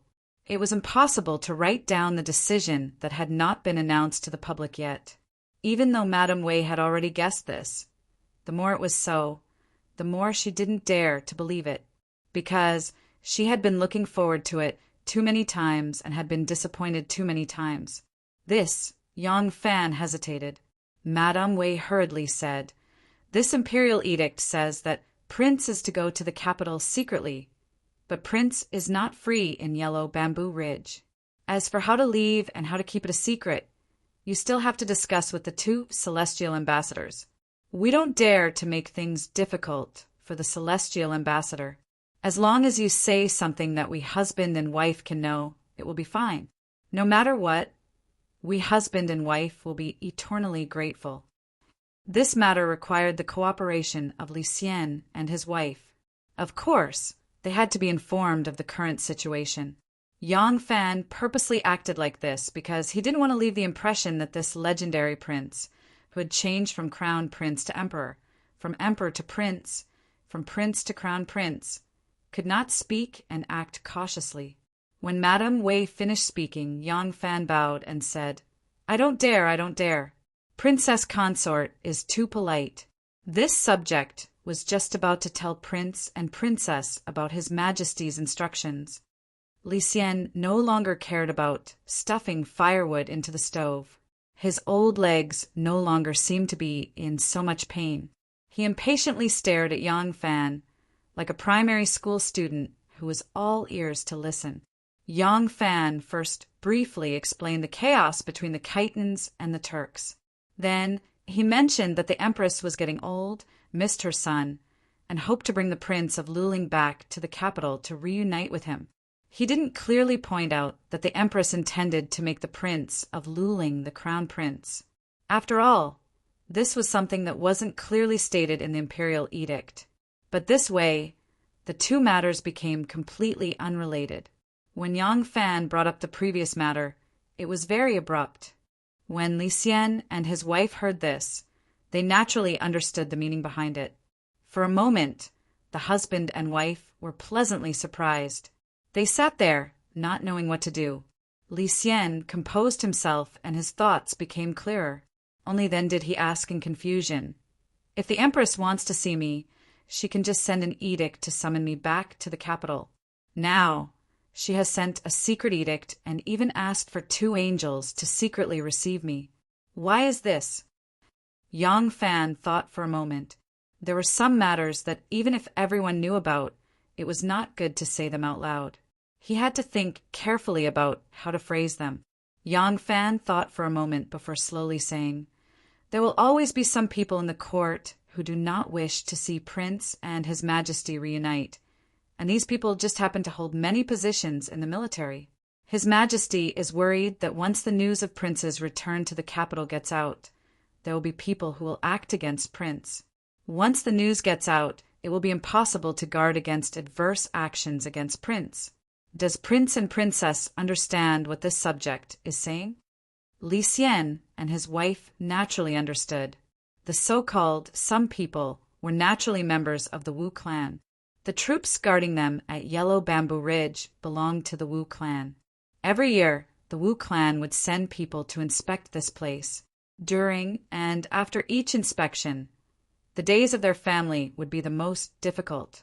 Their hatred and fear of the Wu clan had been engraved in their bones.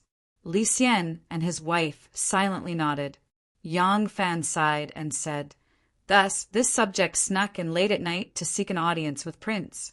This subject wishes to have a good discussion with Prince on how to smoothly take Prince away without being discovered by the people guarding Prince. At the very least, we cannot let them discover us quickly. This way, Prince's trip will be safer." Li Xian was so excited that his lips trembled. "How many people did you bring?" Yang Fan said, "In order to keep it a secret, we did not bring too many people, but they are all elite soldiers. We took 20 people from the 100 cavalry and the inner guards. Including the two of us, we have 22 people in total." Li Xian frowned and said somewhat discontentedly, "Only 22 people? How is that enough?" Madame Wei sat at the side with her brows tightly knitted and did not speak. Li Xian was concerned about his safety, and Madame Wei had already started to think about how to sneak Li Xian out without being discovered. She looked down on this useless husband of hers, but she was also very clear that whether or not she could make a comeback completely depended on her husband, because he was a prince. If the current crown prince had already been abandoned by the empress, then her husband would be the first in line to inherit the throne of Li Tang's imperial clan. Madame Wei thought for a long time, then said slowly, "They often check on Prince's whereabouts. It is impossible to hide from them forever. But if we can hide it for 5 to 6 days, I still have some confidence. But if it is 5 to 6 days, is it possible?" Yang Fan thought for a while and said, 5 to 6 days, we should be able to cover half of the distance. By that time, when they discover us, the time they can use to deal with us will be very short. If Princess can't buy more time, then let's try our best to buy 5 to 6 days. Madame Wei raised her brows and said resolutely, "All right, then let's do it. Tomorrow morning, I will ask Prince to pretend to be sick, pretending to be infected. This way, they will be too lazy to come and check on him. I estimate that it is possible to buy 5 to 6 days." Yang Fan asked worriedly, "Won't they find a doctor to treat Prince?"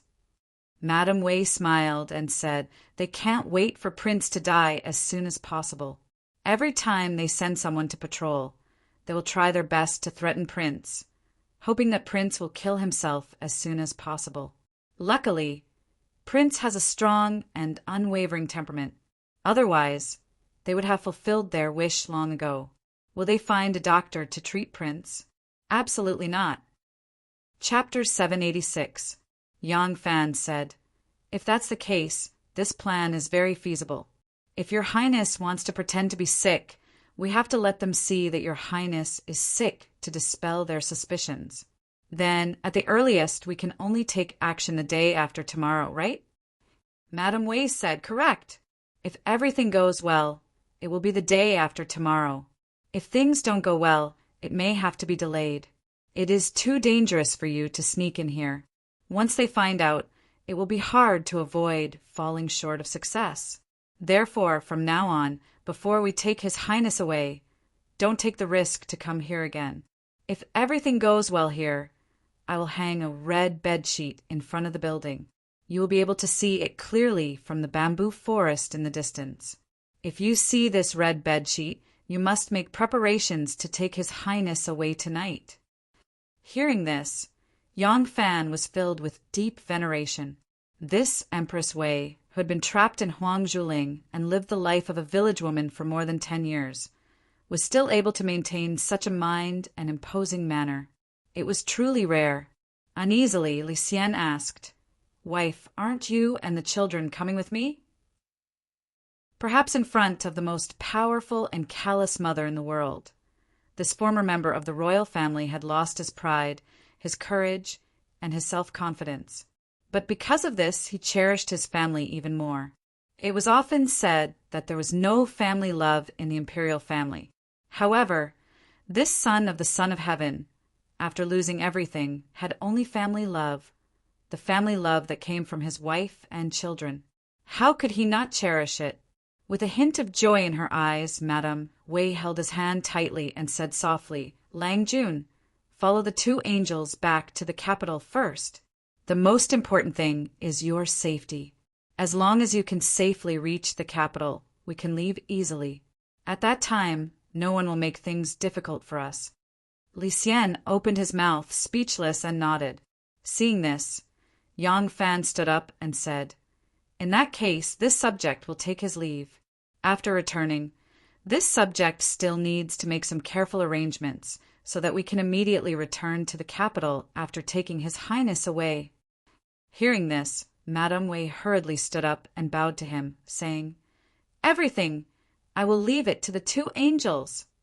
Li Xian and his wife escorted Yang Fan and his wife to the door. The rain was still falling, but the husband and wife didn't open an umbrella. They stood under the curtain of rain, foolishly watching the 2's figures quietly disappear into the night, their eyes filled with hope. Li Xian and his wife only returned to their room when they could no longer be seen. As soon as he returned to his room, Li Xian excitedly hugged Madame Wei, crying in joy, "Imperial Mother has forgiven me. Imperial Mother has allowed me to return to the capital. My wife, the bitterness is over and the sweetness is here. We finally have a way to live." Madame Wei was also very excited. She hugged her husband tightly. Husband and wife hugged for a long time before Madame Wei calmed down. She pulled Li Xian to sit beside the stove. As she added firewood to the dying stove, she warned, "Lang Jun, when you return to the capital, you must be very careful. You must not show any sign of resentment. Whatever Imperial Mother asks, you must answer. You must not carelessly express your opinions. You must pay your respects to Imperial Mother every day. Your attitude must be respectful, and your words and actions must not show the slightest disrespect. You must not even slack off in your heart. Imperial Mother is not so easily deceived. And no matter what you think in your heart, you must always remember to tell yourself that Imperial Mother is someone who can let you live and also let you die. In the future, whether you will ascend to the throne of supremacy and become an emperor or once more become a prisoner, it all depends on a single thought of Imperial Mother. And also, Lang Jun can only get close to the people of the Wu clan, not alienate them.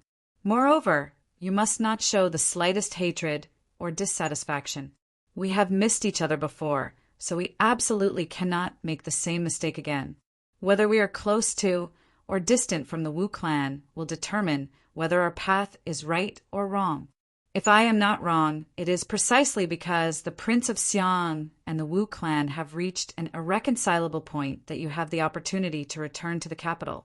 If this was not the case, Imperial Mother would not have gone to such great lengths to transfer you back. Because in Imperial Mother's heart, you are actually no different from the Prince of Xiang. You are not a son, nor are you a son who is closer to her. You are merely a necessary successor, so that she can live in the imperial court and die as a sacrifice in the imperial ancestral temple, so that she can continue to feed on blood and pass on her legacy. And Li Xian nodded his head repeatedly, firmly engraving Madame Wei's words in his heart. Madame Wei glanced at him and couldn't help but feel a sense of disgust because of his incompetence. But in the next moment, this feeling was replaced by a helpless sadness. She lightly held Li Xian's hand and faintly said, "It is also my fault. I should not have forced you to appoint my father as prime minister, causing our family to fall into such a state." Li Xian held her hand and softly said, "This is not your fault. I was too impatient. Imperial mother held great power, and even if I became emperor, I would only be a puppet. If I wanted to seize back the imperial power, I could only place father-in-law in important positions and use the power of the Wei clan to reorganize my faction. Alas, in the end, imperial mother was still a level more skilled." Madame Wei couldn't help but feel moved by these words. Li Xian was quiet for a few moments, then gave a self-deprecating laugh and comforted himself. "Let's not talk about this. Ha! Even if I had been as careful as the Prince of Xiang and never made a mistake, so what? If that was the case, the one imprisoned in the Eastern Palace today would not be the Prince of Xiang, but me. What difference would there be between the two?" Madame Wei's eyes became moist. She lightly hugged Li Xian and whispered, Let's not talk about this anymore. No matter what, our bitterness has finally come to an end. We should be happy." Li Xian cheerfully said, "That's right. The bitter days have finally come to an end." He lightly caressed his wife's soft shoulder and emotionally said, "Wife, it's all thanks to you these past few years. If not for you, I might have been unable to hold on and killed myself long ago. You are the daughter of a noble family. If you had not married me, you would have lived a carefree life of riches and honor. But because of me, you have suffered so much. Today, I, Li Xian, swear to the heavens and the gods that if there comes a day when I, Li Xian, ascend to the throne once more, there will be no restraints between me and my wife. Everything will be yours. Husband." Although Madame Wei sometimes hated her husband for implicating her, sometimes loathed her husband's weakness and incompetence, they were still husband and wife who depended on each other for survival. When she heard Li Xian reveal his true feelings, Madame Wei couldn't help but feel agitated. She tightly hugged Li Xian and choked with sobs. The husband and wife embraced each other for a long time. Only then did Li Xian lightly pat her shoulder and warmly smile, saying, "Go to sleep. Tomorrow morning, we still have to deal with the soldiers. Let's recover our energy first." Madame Wei lightly nodded and released his embrace. Wiping away the tears at the corner of her eyes, she quietly walked to the bedroom on the other side. In these past few years, Li Xian had lived in fear, day and night suffering from mental torment. He was both mentally and physically exhausted, and before he was even 50, he had become impotent. The two had been sleeping in separate rooms for 4 or 5 years now. Yang Fan and Gu Zhuting returned to Huangzhou town in the middle of the night. This time, he didn't wake up early in the morning before everyone else in town. Instead, he slept for a long time to replenish his energy. When the cavalrymen and internal guards who had come to the town in batches every day saw the irregular symbol he had drawn on the wall of the inn, they knew that the matter had taken shape. They immediately returned to inform their companions who hadn't come to town today and began to adapt. In advance, Yang Fan had devised a few plans, each one corresponding to a symbol. One plan was to follow the method he had used to leave Luoyang. After fetching the Queen of Luling, they would meet up with the circus in Fangling and use them as a cover to quietly return to the capital. However, this plan had already been abandoned because the garrison of Huangzhou was too strict with the Prince of Luling. Consort Wei said that she could hide the news of the Prince of Luling's departure for 5 to 6 days at most. Considering that some unexpected events might shorten this time, it was impossible to secretly return to the capital in disguise. Of the remaining plans, Yang Fan chose the most direct one. Once he fetched the Prince of Luling, he would immediately escort him to Luoyang at full speed. In this way, they would travel day and night, and in 5 to 6 days, they would be able to cover at least half of the distance. Even if the garrison of Huangzhou discovered that the Prince of Luling had disappeared and sent a messenger pigeon or some other means of communication to the capital to send people to intercept him, the other party wouldn't be able to make any more arrangements. If they were lucky, he might already appear in the palace with the Prince of Luling before the two sides even met. Only when it was close to noon did Yang Fan stealthily make his way to Huang Zhuling. Today he had only gone up the mountain to see if the princess of Luling had sent a signal. He only needed one person to go. It would have been the same if he had sent Gu Zhuting, but Yang Fan used the important matter and had to see it with his own eyes as an excuse and snatched this task. There was still a young girl with a pitiful background waiting for him on the mountain. Yang Fan had already promised to take her out of the fiery pit, so he had to go see her today and make some arrangements for her. Yang Fan easily snuck into Huang Zhuling and first circled around to a place where he could observe the residence of the Prince of Luling. At first glance, he saw a red bedsheet in the courtyard. Perhaps fearing that he wouldn't see it, Madame Wei had specially tied a rope between the two bamboo buildings. The red bedsheet was draped over the rope, making it look like a bright flag. "It's done!" Yang Fan clasped his fist and took another careful look. After confirming that there was no mistake, he excitedly rushed to the spring. That was the place he had agreed to meet Jiu Kai. Today, Jiu Kai was wearing a multicolored dress. The dress was as shabby as ever, and it even seemed a little loose. Perhaps it was someone else's dress, but from the quality, the embroidery, and the style, one could still see how expensive and gorgeous this dress had once been. Jiu Kai walked back and forth by the spring, occasionally startling the fluttering butterflies in the grass and flowers. Why isn't he here yet? Jiu Kai looked at the sky and vexedly threw a stone into the calm lake, stirring up ripples. It's already so late and he still hasn't come. It looks like he won't come again. Jiu Kai sat down dejectedly by the lake, regret and disappointment gnawing at her heart like a poisonous snake. I'm so stupid. I'm so stupid. I've seen so many people on this mountain, and none of them would give you any benefits for no reason. Not to mention that he's a cultivator who doesn't care about worldly affairs. I should have given up everything and firmly bound his heart so that he wouldn't abandon me. Jiu Kai looked at the beautiful face in the lake, which didn't seem to belong to a mortal woman, and in her self-reproach, tears of pain unknowingly crept up her cheeks. They gently slid down her cheeks, down her sharp chin, and fell into the clear lake water. She had originally thought that her rough life was the greatest pain in the world, but now she realized that the greatest pain was when someone gave you hope, only to cruelly take it away. Jiu Kai. In her daze, she seemed to hear Yang Fan's call again, and this call was like a needle stabbing into her heart. No, it seems to be real. Hearing the call getting clearer and clearer, Jiu Kai suddenly quivered and turned around in surprise. Chapter 787. Brother Chow. Jiu Kai was like a happy little magpie as she dove into Yang Fan's embrace, wrapping her arms around his neck. Her smiling face was streaked with tears. A pair of soft little pigeons clung tightly to Yang Fan's chest, and the heart inside was beating rapidly.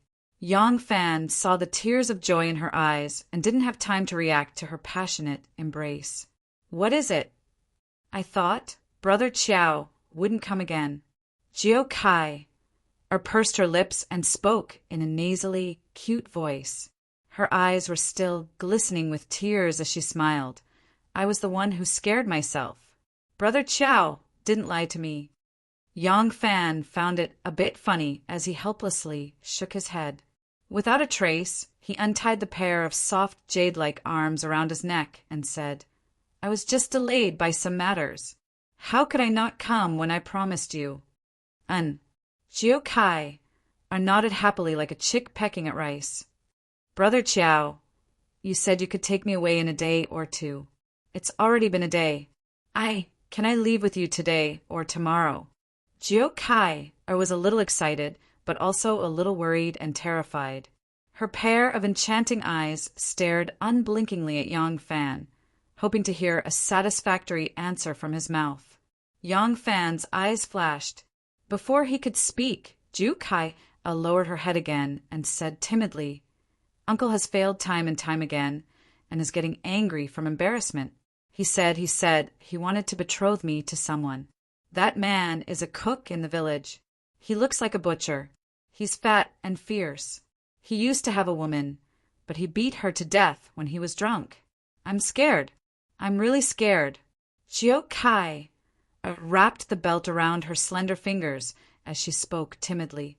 She didn't notice that Yang Fan was already nodding. Yang Fan said, I came here today to ask you if you can come out tonight. Jiao Kai suddenly raised her head, her eyes widening nervously as she asked, Brother Chiao, you mean? Yang Fan said, I want to bring you down the mountain tonight. Jiao Kai's mouth was slightly open for a long time before she suddenly cried out happily, Yes, of course, I'll stay here tonight. I'll wait for Brother Chiao to take me away. Yang Fan heaved a sigh of relief and smiled. It's good that you can come out. I was worried that you wouldn't be able to go out when the time comes. Jiao Kai curled her lips and said, They don't care if I live or die. I can sneak out. She threw herself into Yang Fan's arms again. Brother Chiao, you're the best. You're my savior for life. Yang Fan felt slightly uncomfortable. He wasn't used to such intimacy and was about to gently push her away when Jiao Kai suddenly let go of him and said urgently, Brother Chiao, we're leaving tonight. Can you stop looking for the bamboo treasure for now? Yang Fan thought to himself, I've already found the bamboo treasure I'm looking for. There's nothing else I want in this bamboo forest. Seeing him nod, Jiao Kai was overjoyed. She grabbed his hand and said, Brother Chiao, come with me. Jiao Kai began to run through the bamboo forest, and Yang Fan, who was being pulled by her, involuntarily followed behind her. Not long after, they came to a place where there was a cliff that was half the height of a person. There were many vines hanging down from the cliff, intertwining into a green net that hung all the way to the ground. Jiao Kai let go of Yang Fan's hand and spun around. As she spun, her large skirt opened up like 5 colored petals, revealing a pair of jade-like calves. Jiao Kai panted and her eyes lit up. Brother Chiao, come in and see. This is my little house. Jiao Kai parted the vines and crawled in. Yang Fan curiously followed her in. The top of the rock was about the height of a person, so it was not difficult to stand on it. It was about 7 feet deep, and the ground was covered with a thick layer of bamboo branches and soft grass. It was like a big bed. Jiao Kai's legs moved together, and she jumped happily. Her skirt rose and fell again. When it fell, she was already happily sitting on the soft grass bed. The 7-colored skirt spread out around her. The grass was like lotus leaves, and the skirt was like lotus flowers. She sat in the middle like the pistil of a flower. Brother Chiao, come. Jiao Kai smiled and patted the soft grass bed. Yang Fan sat down on the side of the bed and smelled the natural fragrance of the grass. He smiled and looked around. Not bad, just like what we cultivators call paradise. I didn't think that there would be such a place in Huangzhuling. Moreover, there is a beautiful fairy in this blessed enclave. Yang Fan turned around and smiled at Jiao Kai touched her face and said happily, Brother Chiao, am I really beautiful? She knew that she was beautiful. She knew it since she was young. And as she grew into a young girl, she understood this even more. It wasn't like she didn't see the lustful gazes of the men in the village, but she didn't know just how beautiful she was. This was an isolated mountain village. How beautiful could a village girl be? It was said that there were many beauties in Chang and Anluoyang. Beauties from all over the world would gather there, whether they were willing or not. Brother Ma Chao was someone who had seen the world and was a cultivator with a strong will. Jiao Kai didn't have the confidence that her beauty would be able to charm him. Hearing Yang Fan say this, Jiao Kai was very happy and her confidence increased. But she still lowered her head shyly and rolled up her clothes. She pretended to be shy and said, That's not it. Brother Chiao has seen many things and must have seen many beautiful women. How am I compared to them? Yang Fan smiled. Indeed, there are many beautiful women in the world. Especially in the big cities, there are many beauties and they know how to dress. Many times, a person who looks like a goddess will become a horrible sight once they take off their makeup. So to see if a woman is truly beautiful, you can only know after she takes off her makeup. Jiu Kai bit her thin lips and thought for a moment. Then she suddenly crawled towards Yang Fan. An extremely beautiful girl was like a wild and untamed raccoon in a wild cave with hanging vines. She was like a wild and untamed raccoon, twisting her perky buttocks as she climbed toward a man with an enchanting elegance. What kind of feeling was that? Yang Fan's heart couldn't help but beat faster. He wasn't a saint. When a type of beauty reached its peak, his heart would also be moved. Then, Brother Chiao, can you see if I have makeup on? So close, her breath was like orchids and her nose was like goose fat. When she spoke, he could even see her sparrow-like red tongue. Yang Fan looked at her delicate skin, so smooth that it seemed to be able to reflect his own shadow. No, of course not. I rarely praise a woman's beauty, but I have to admit that you are the most beautiful woman I have ever seen. How can a person be so beautiful? A hint of pride flashed across Jiu Kai's eyes. She covered her mouth with her hand and giggled. The ancients said that a woman's lack of talent is virtue, and the first virtue of a woman is her appearance. This little girl must be too lacking in virtue. That's why I was born. Jiu Kai giggled, and Yang Fan couldn't help but laugh as well. Jiu Kai smiled. The smile on her face was like a ripple in the water, slowly fading away. Then she slowly calmed down. Her black, gem-like eyes became brighter and brighter. Big Brother Chiao, Jiu Kai likes you. And Yang Fan's eyebrows rose. What entered his eyes was a small pink mouth. A soft and light mouth gently kissed his. Yang Fan's body froze. Jiu Kai, we can't. Yang Fan refused, but his tone was not firm. This was a place that could easily bring out one's true nature. With such a beautiful person, it was hard for people to not have any desires. Why not? I can see that Brother Chiao likes me, and I also like Brother Chiao. Liking doesn't mean you have to possess. Yang Fan did not finish a sentence. This time Jiu Kai was like a nimble kitten, pouncing on a skylark that was pecking at its feathers. Her body was very soft, but it was enough to push Yang Fan down, throwing him onto the soft and bouncy bed of grass. Brother Chiao, take me, Jiu Kai, whispered in Yang Fan's ear, her trembling voice causing Yang Fan's blood to pump even faster. I am still a virgin, but if I stay on this mountain, I don't know how long I can stay. Brother Chiao, you are willing to take me away. You are not only saving this servant's body, but also this servant's heart. This servant is willing to serve brother for the rest of my life. I am willing to be a servant or a servant. Jiu Kai hugged Yang Fan tightly, muttering intimately as she tore at his clothes. Yang Fan had always believed that men were the ones who took the initiative. He had never thought that he would encounter such a situation, where he would be in a situation where he was reluctant to give in. But, facing such a beautiful girl, he really couldn't hold on to his will. Jiu Kai boldly took off his clothes as she shyly buried her jade-like face into his chest. Yang Fan did not notice that there was a seductive smile on Jiu Kai's face. There was a trace of slyness hidden in her eyes, the slyness of a prey that had fallen into her trap. She was still worried, even though she could see that Yang Fan's promise was sincere. But it was said that women's hearts were fickle and men were the same. One moment, they could sweat and bleed for you. The next moment, they could change their minds and heartlessly deny any promise they made to you. She had enough of this Huang Zhuling. She had enough of this life. She wanted to leave.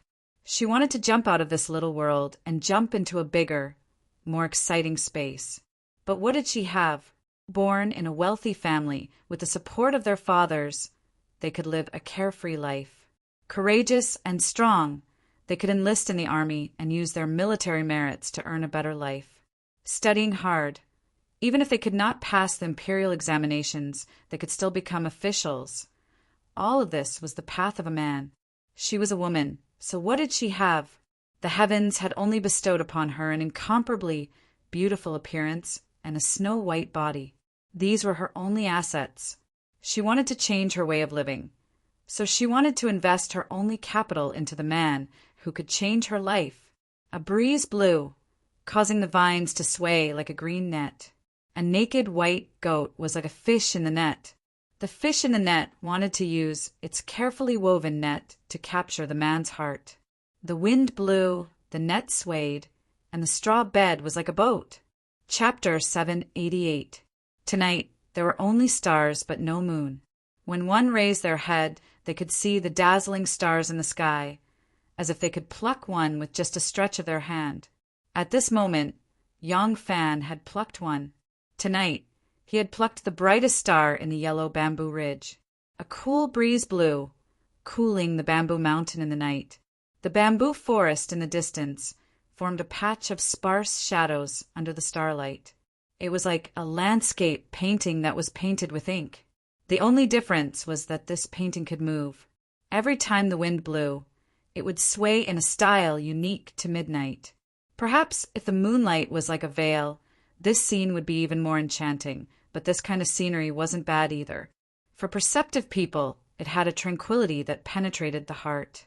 However, Yang Fan had no time to appreciate the scenery, let alone compare day and night, rain and snow, starlight and moonlight to see what kind of different style this yellow bamboo ridge would have.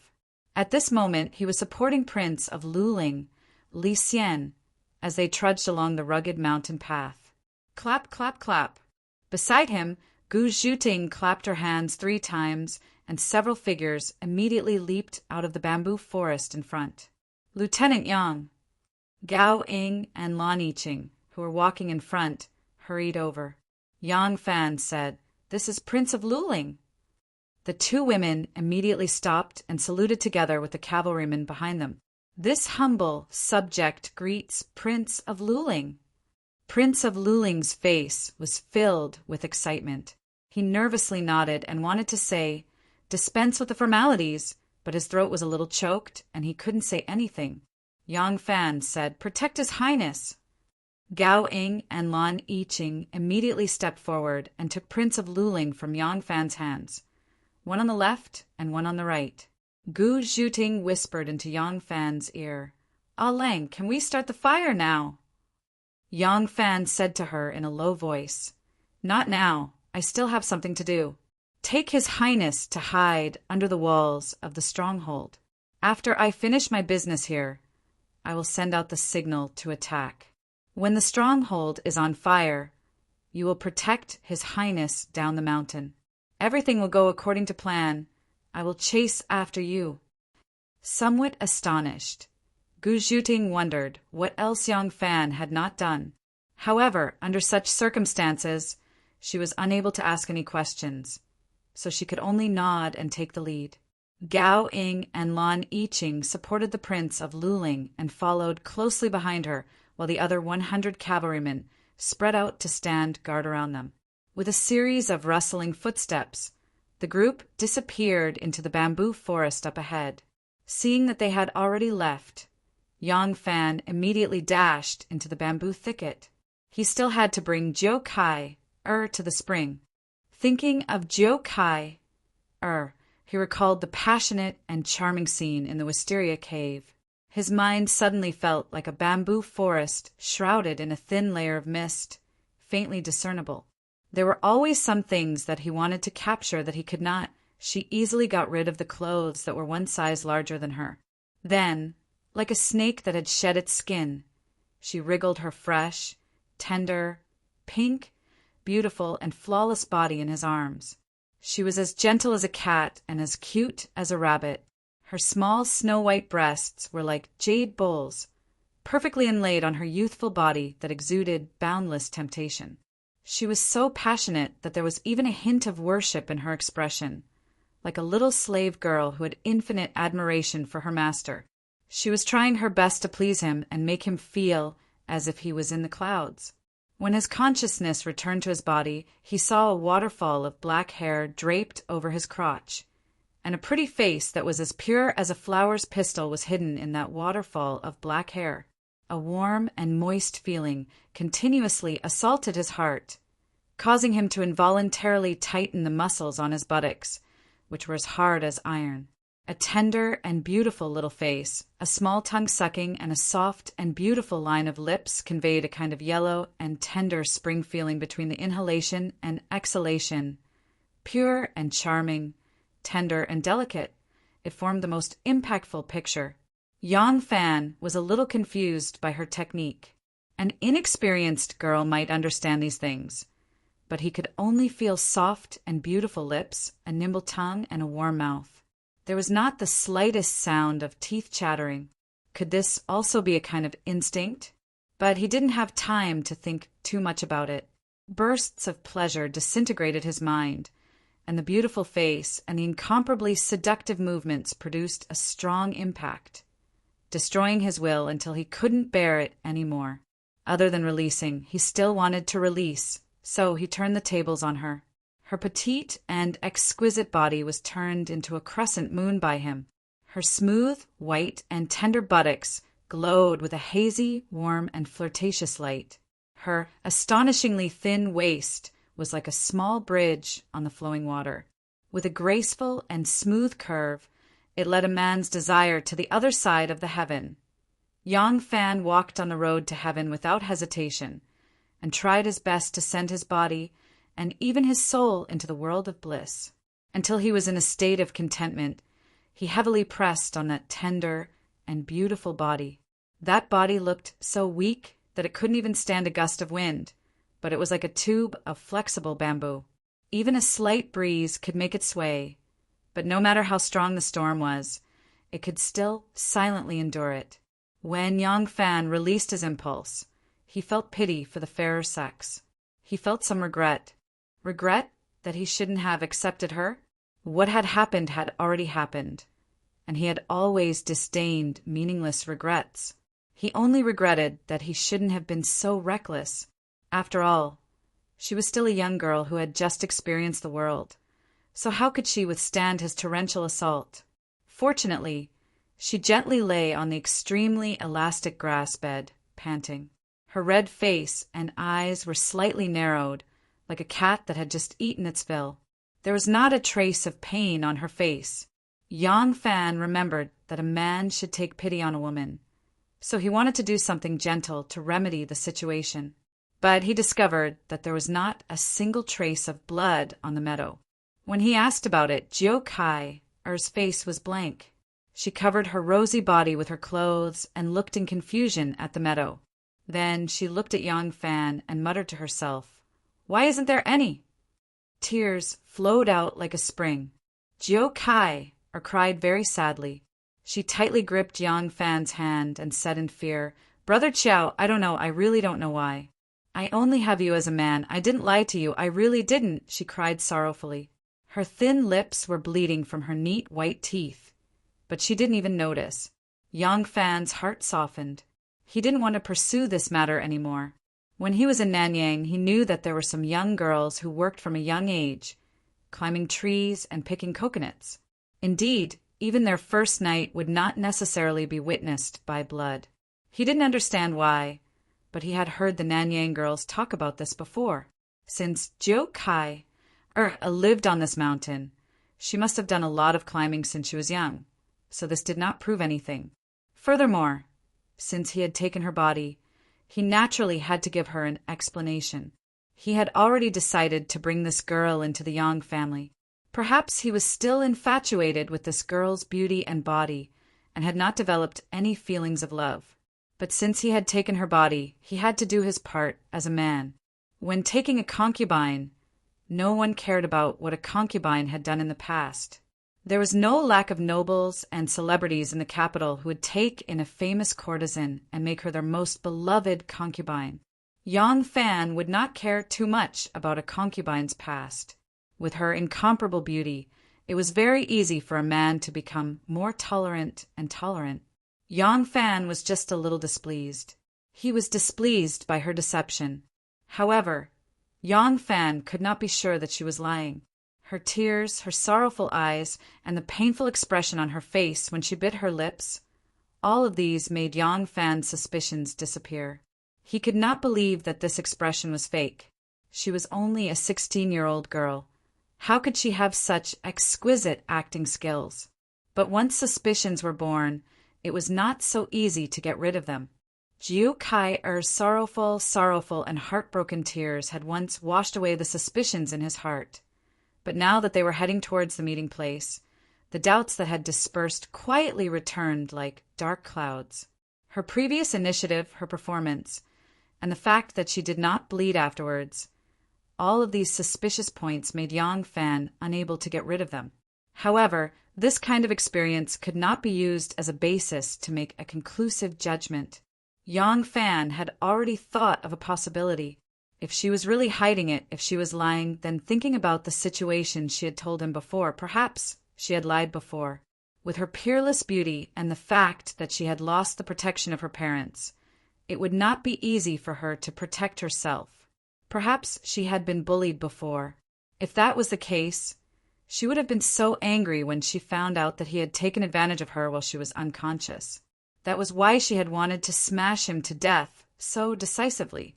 This kind of extreme reaction seemed to make sense. Thinking of this, Yang Fan decided that even if his guess was true, he would not expose it. It was not her fault, but her misfortune. He had to forgive her and accept her. No matter how unbearable it was all in the past. In the future, with him, this misfortune would never happen again. Yang Fan rushed to the mouth of the spring. After calling out softly, "Jiu Kai," jumped out of the grass like a startled rabbit and threw herself into his arms. "Older brother Chiao, you're finally here. I was so scared. I've never been hiding here so late at night." Having put down the knot in his heart, Yang Fan smiled softly and stroked her hair. He said in a low voice, "Did your family notice?" Jiu Kai replied in a cute nasal voice and nodded in his arms. "No, I snuck out while they were asleep." Yang Fan said with relief, "That's good. This is not a place to stay for long. Let's go." "Okay." Jiu Kai happily agreed before realizing something was wrong. "Older brother Chiao, this is not the direction to go down the mountain." Yang Fan said, "I know, I still have something to do.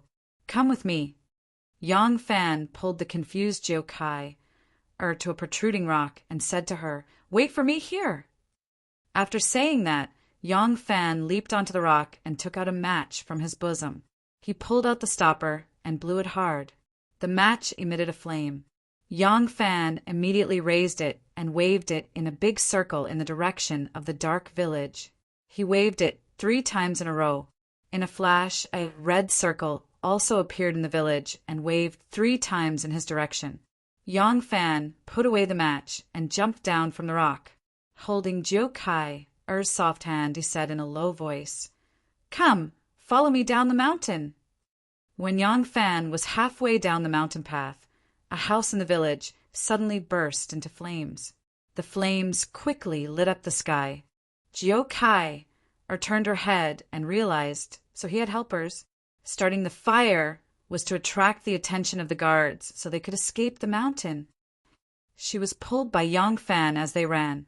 Her eyes flickered as she looked at the fire and the commotion in the village. She silently said goodbye in her heart. "I'm sorry. Father, Mother, I'm leaving. I don't want to live in a place like this.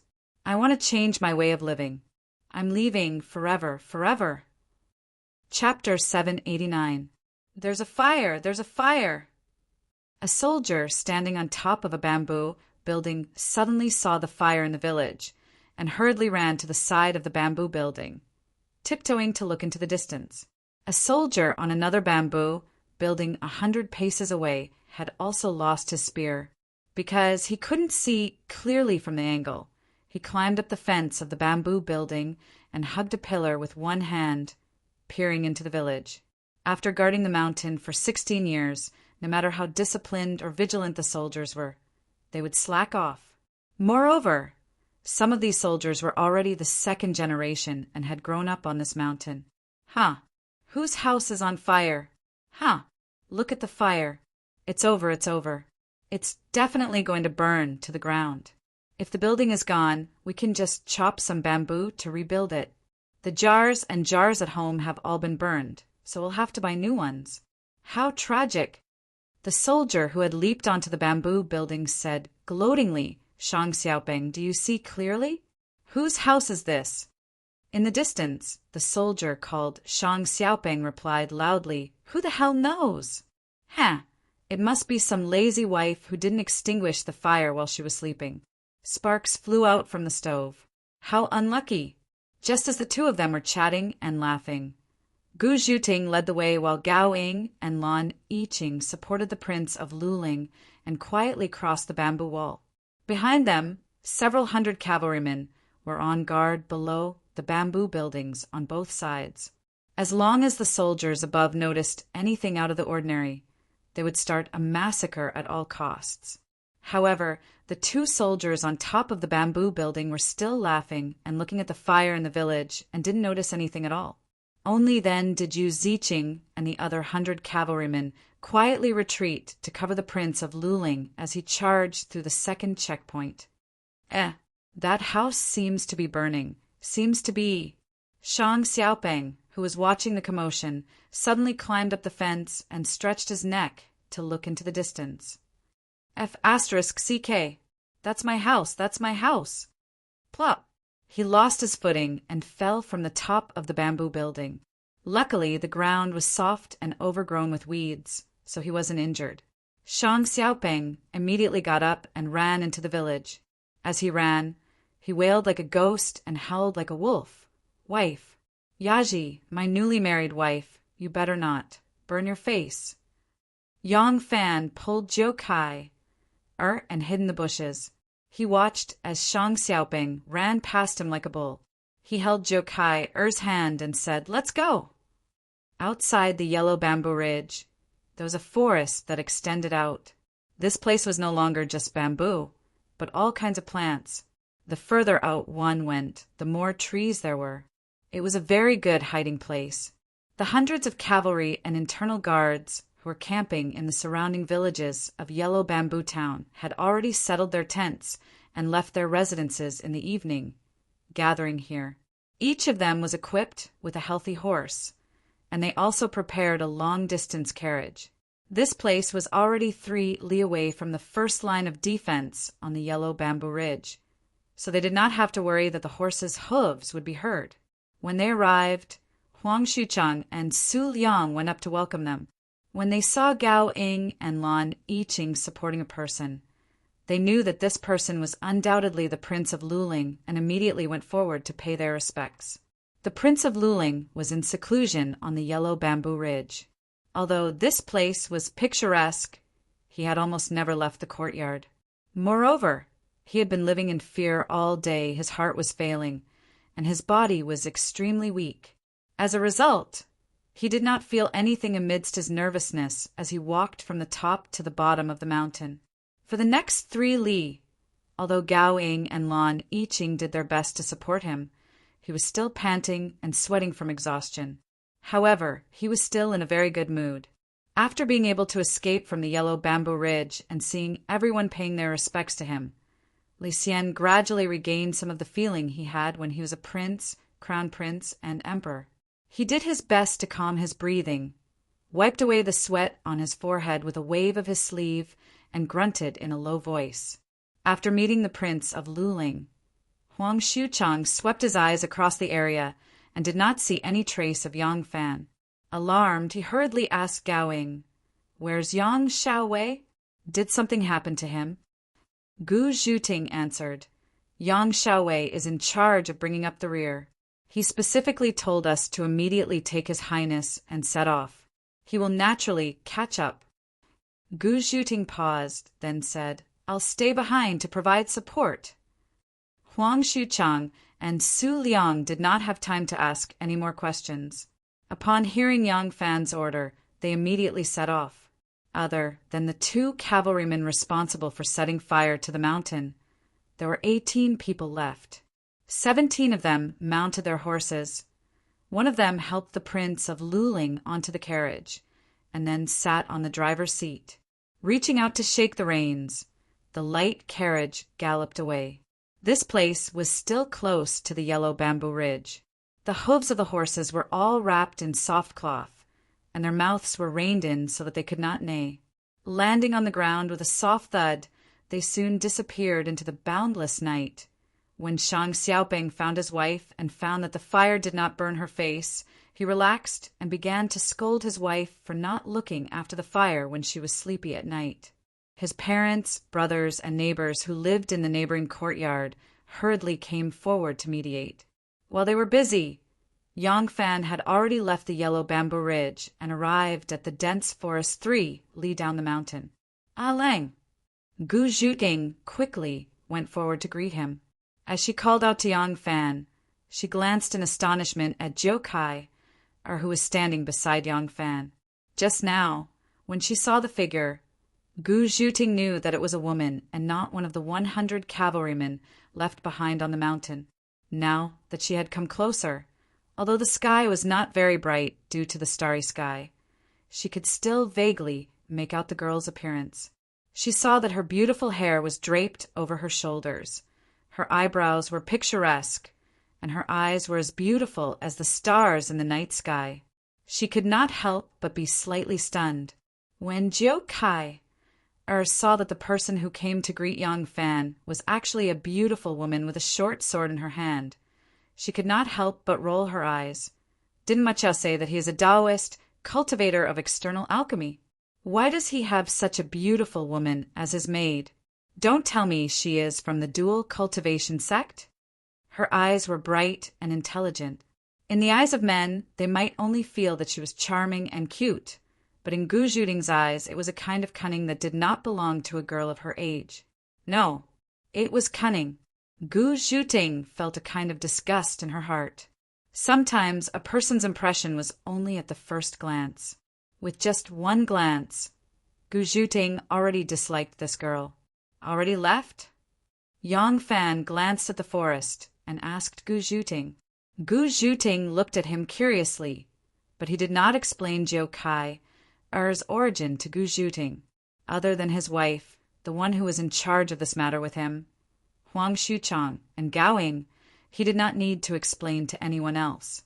Seeing that Yang Fan had no intention of explaining, Gu Zhuting withdrew her inquisitive gaze and said, "Yes, according to Ah Lang's instructions, they have already left. They have been gone for about half an hour." Yang Fan breathed a sigh of relief and turned to Jiu Kai. Jiu Kai, this is Sister Gu." Jiu Kai was pondering what Yang Fan meant by already left. Listening to his conversation with this beautiful woman, it seemed that his identity was not as simple as a Taoist cultivator who came to the mountain to collect herbs. However, Jiu Kai was not too worried. She could feel that Yang Fan did not have any malicious intentions towards her. Moreover, she was now much more confident in her own beauty and charm. Although she felt that Yang Fan was not as simple as a Taoist cultivator, she discovered that Yang Fan still had a considerable amount of strength. Perhaps he was even more impressive than a Taoist cultivator. This made her secretly happy. She did not choose the wrong person. With this man, she would definitely be able to live a different life. Hearing Yang Fan's words, Jiu Kai immediately calmed herself down and bowed to Gu Zhuting, saying with an innocent expression, "Jiu Kai greets Sister Gu." Gu Zhuting responded indifferently and didn't say anything else. Yang Fan then said to Gu Zhuting, "You guys stay here. I'll go back and pick up the brothers who stayed behind." Gu Zhuting nodded and watched as Yang Fan flew away. She turned to the side and stroked the horse's mane before leaning her back against the tree and closing her eyes to rest. Sensing Gu Zhuting's hostility, Jiu Kai could not help but frown. She could feel that Gu Zhuting's unfriendliness was mostly because of Yang Fan, so her lips curled up slightly and she turned her head away with a hint of disdain. Jiu Kai sneered disdainfully in her heart, but her eyes were greedily looking at everything around her. Ever since she could remember, she had never left the mountain. nor had she ever seen what it was like below the mountain. Every day, it was the same sky, the same bamboo forest, and she could only hear about the outside world through the mouths of others. Today, she finally saw the outside world with her own eyes. Even though all she could see was darkness, it was, after all, a completely different scenery from the grass and trees on the mountain that she had been familiar with for 16 years. Yang Fan had brought back 200 guards. The ones who were responsible for setting the fire were Zhang Qi and Tian Yan.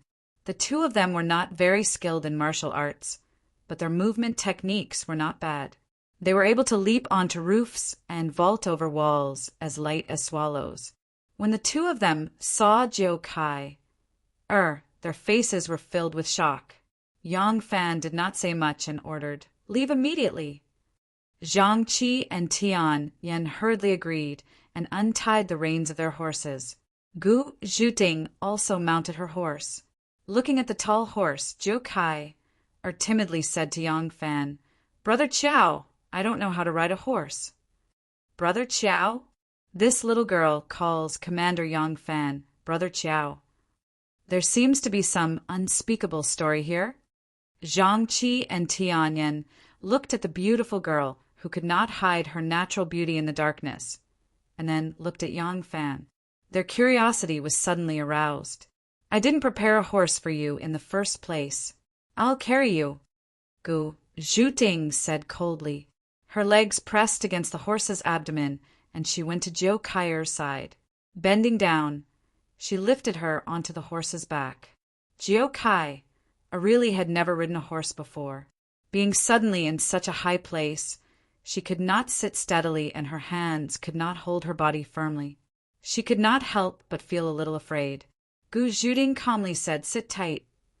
Although he did not like her, he still stretched out a hand to hold her waist. His right hand whipped the horse, and it immediately galloped away. Yang Fan said to Zhang Qi and Tian Yan, "What are you waiting for? Why aren't you moving?"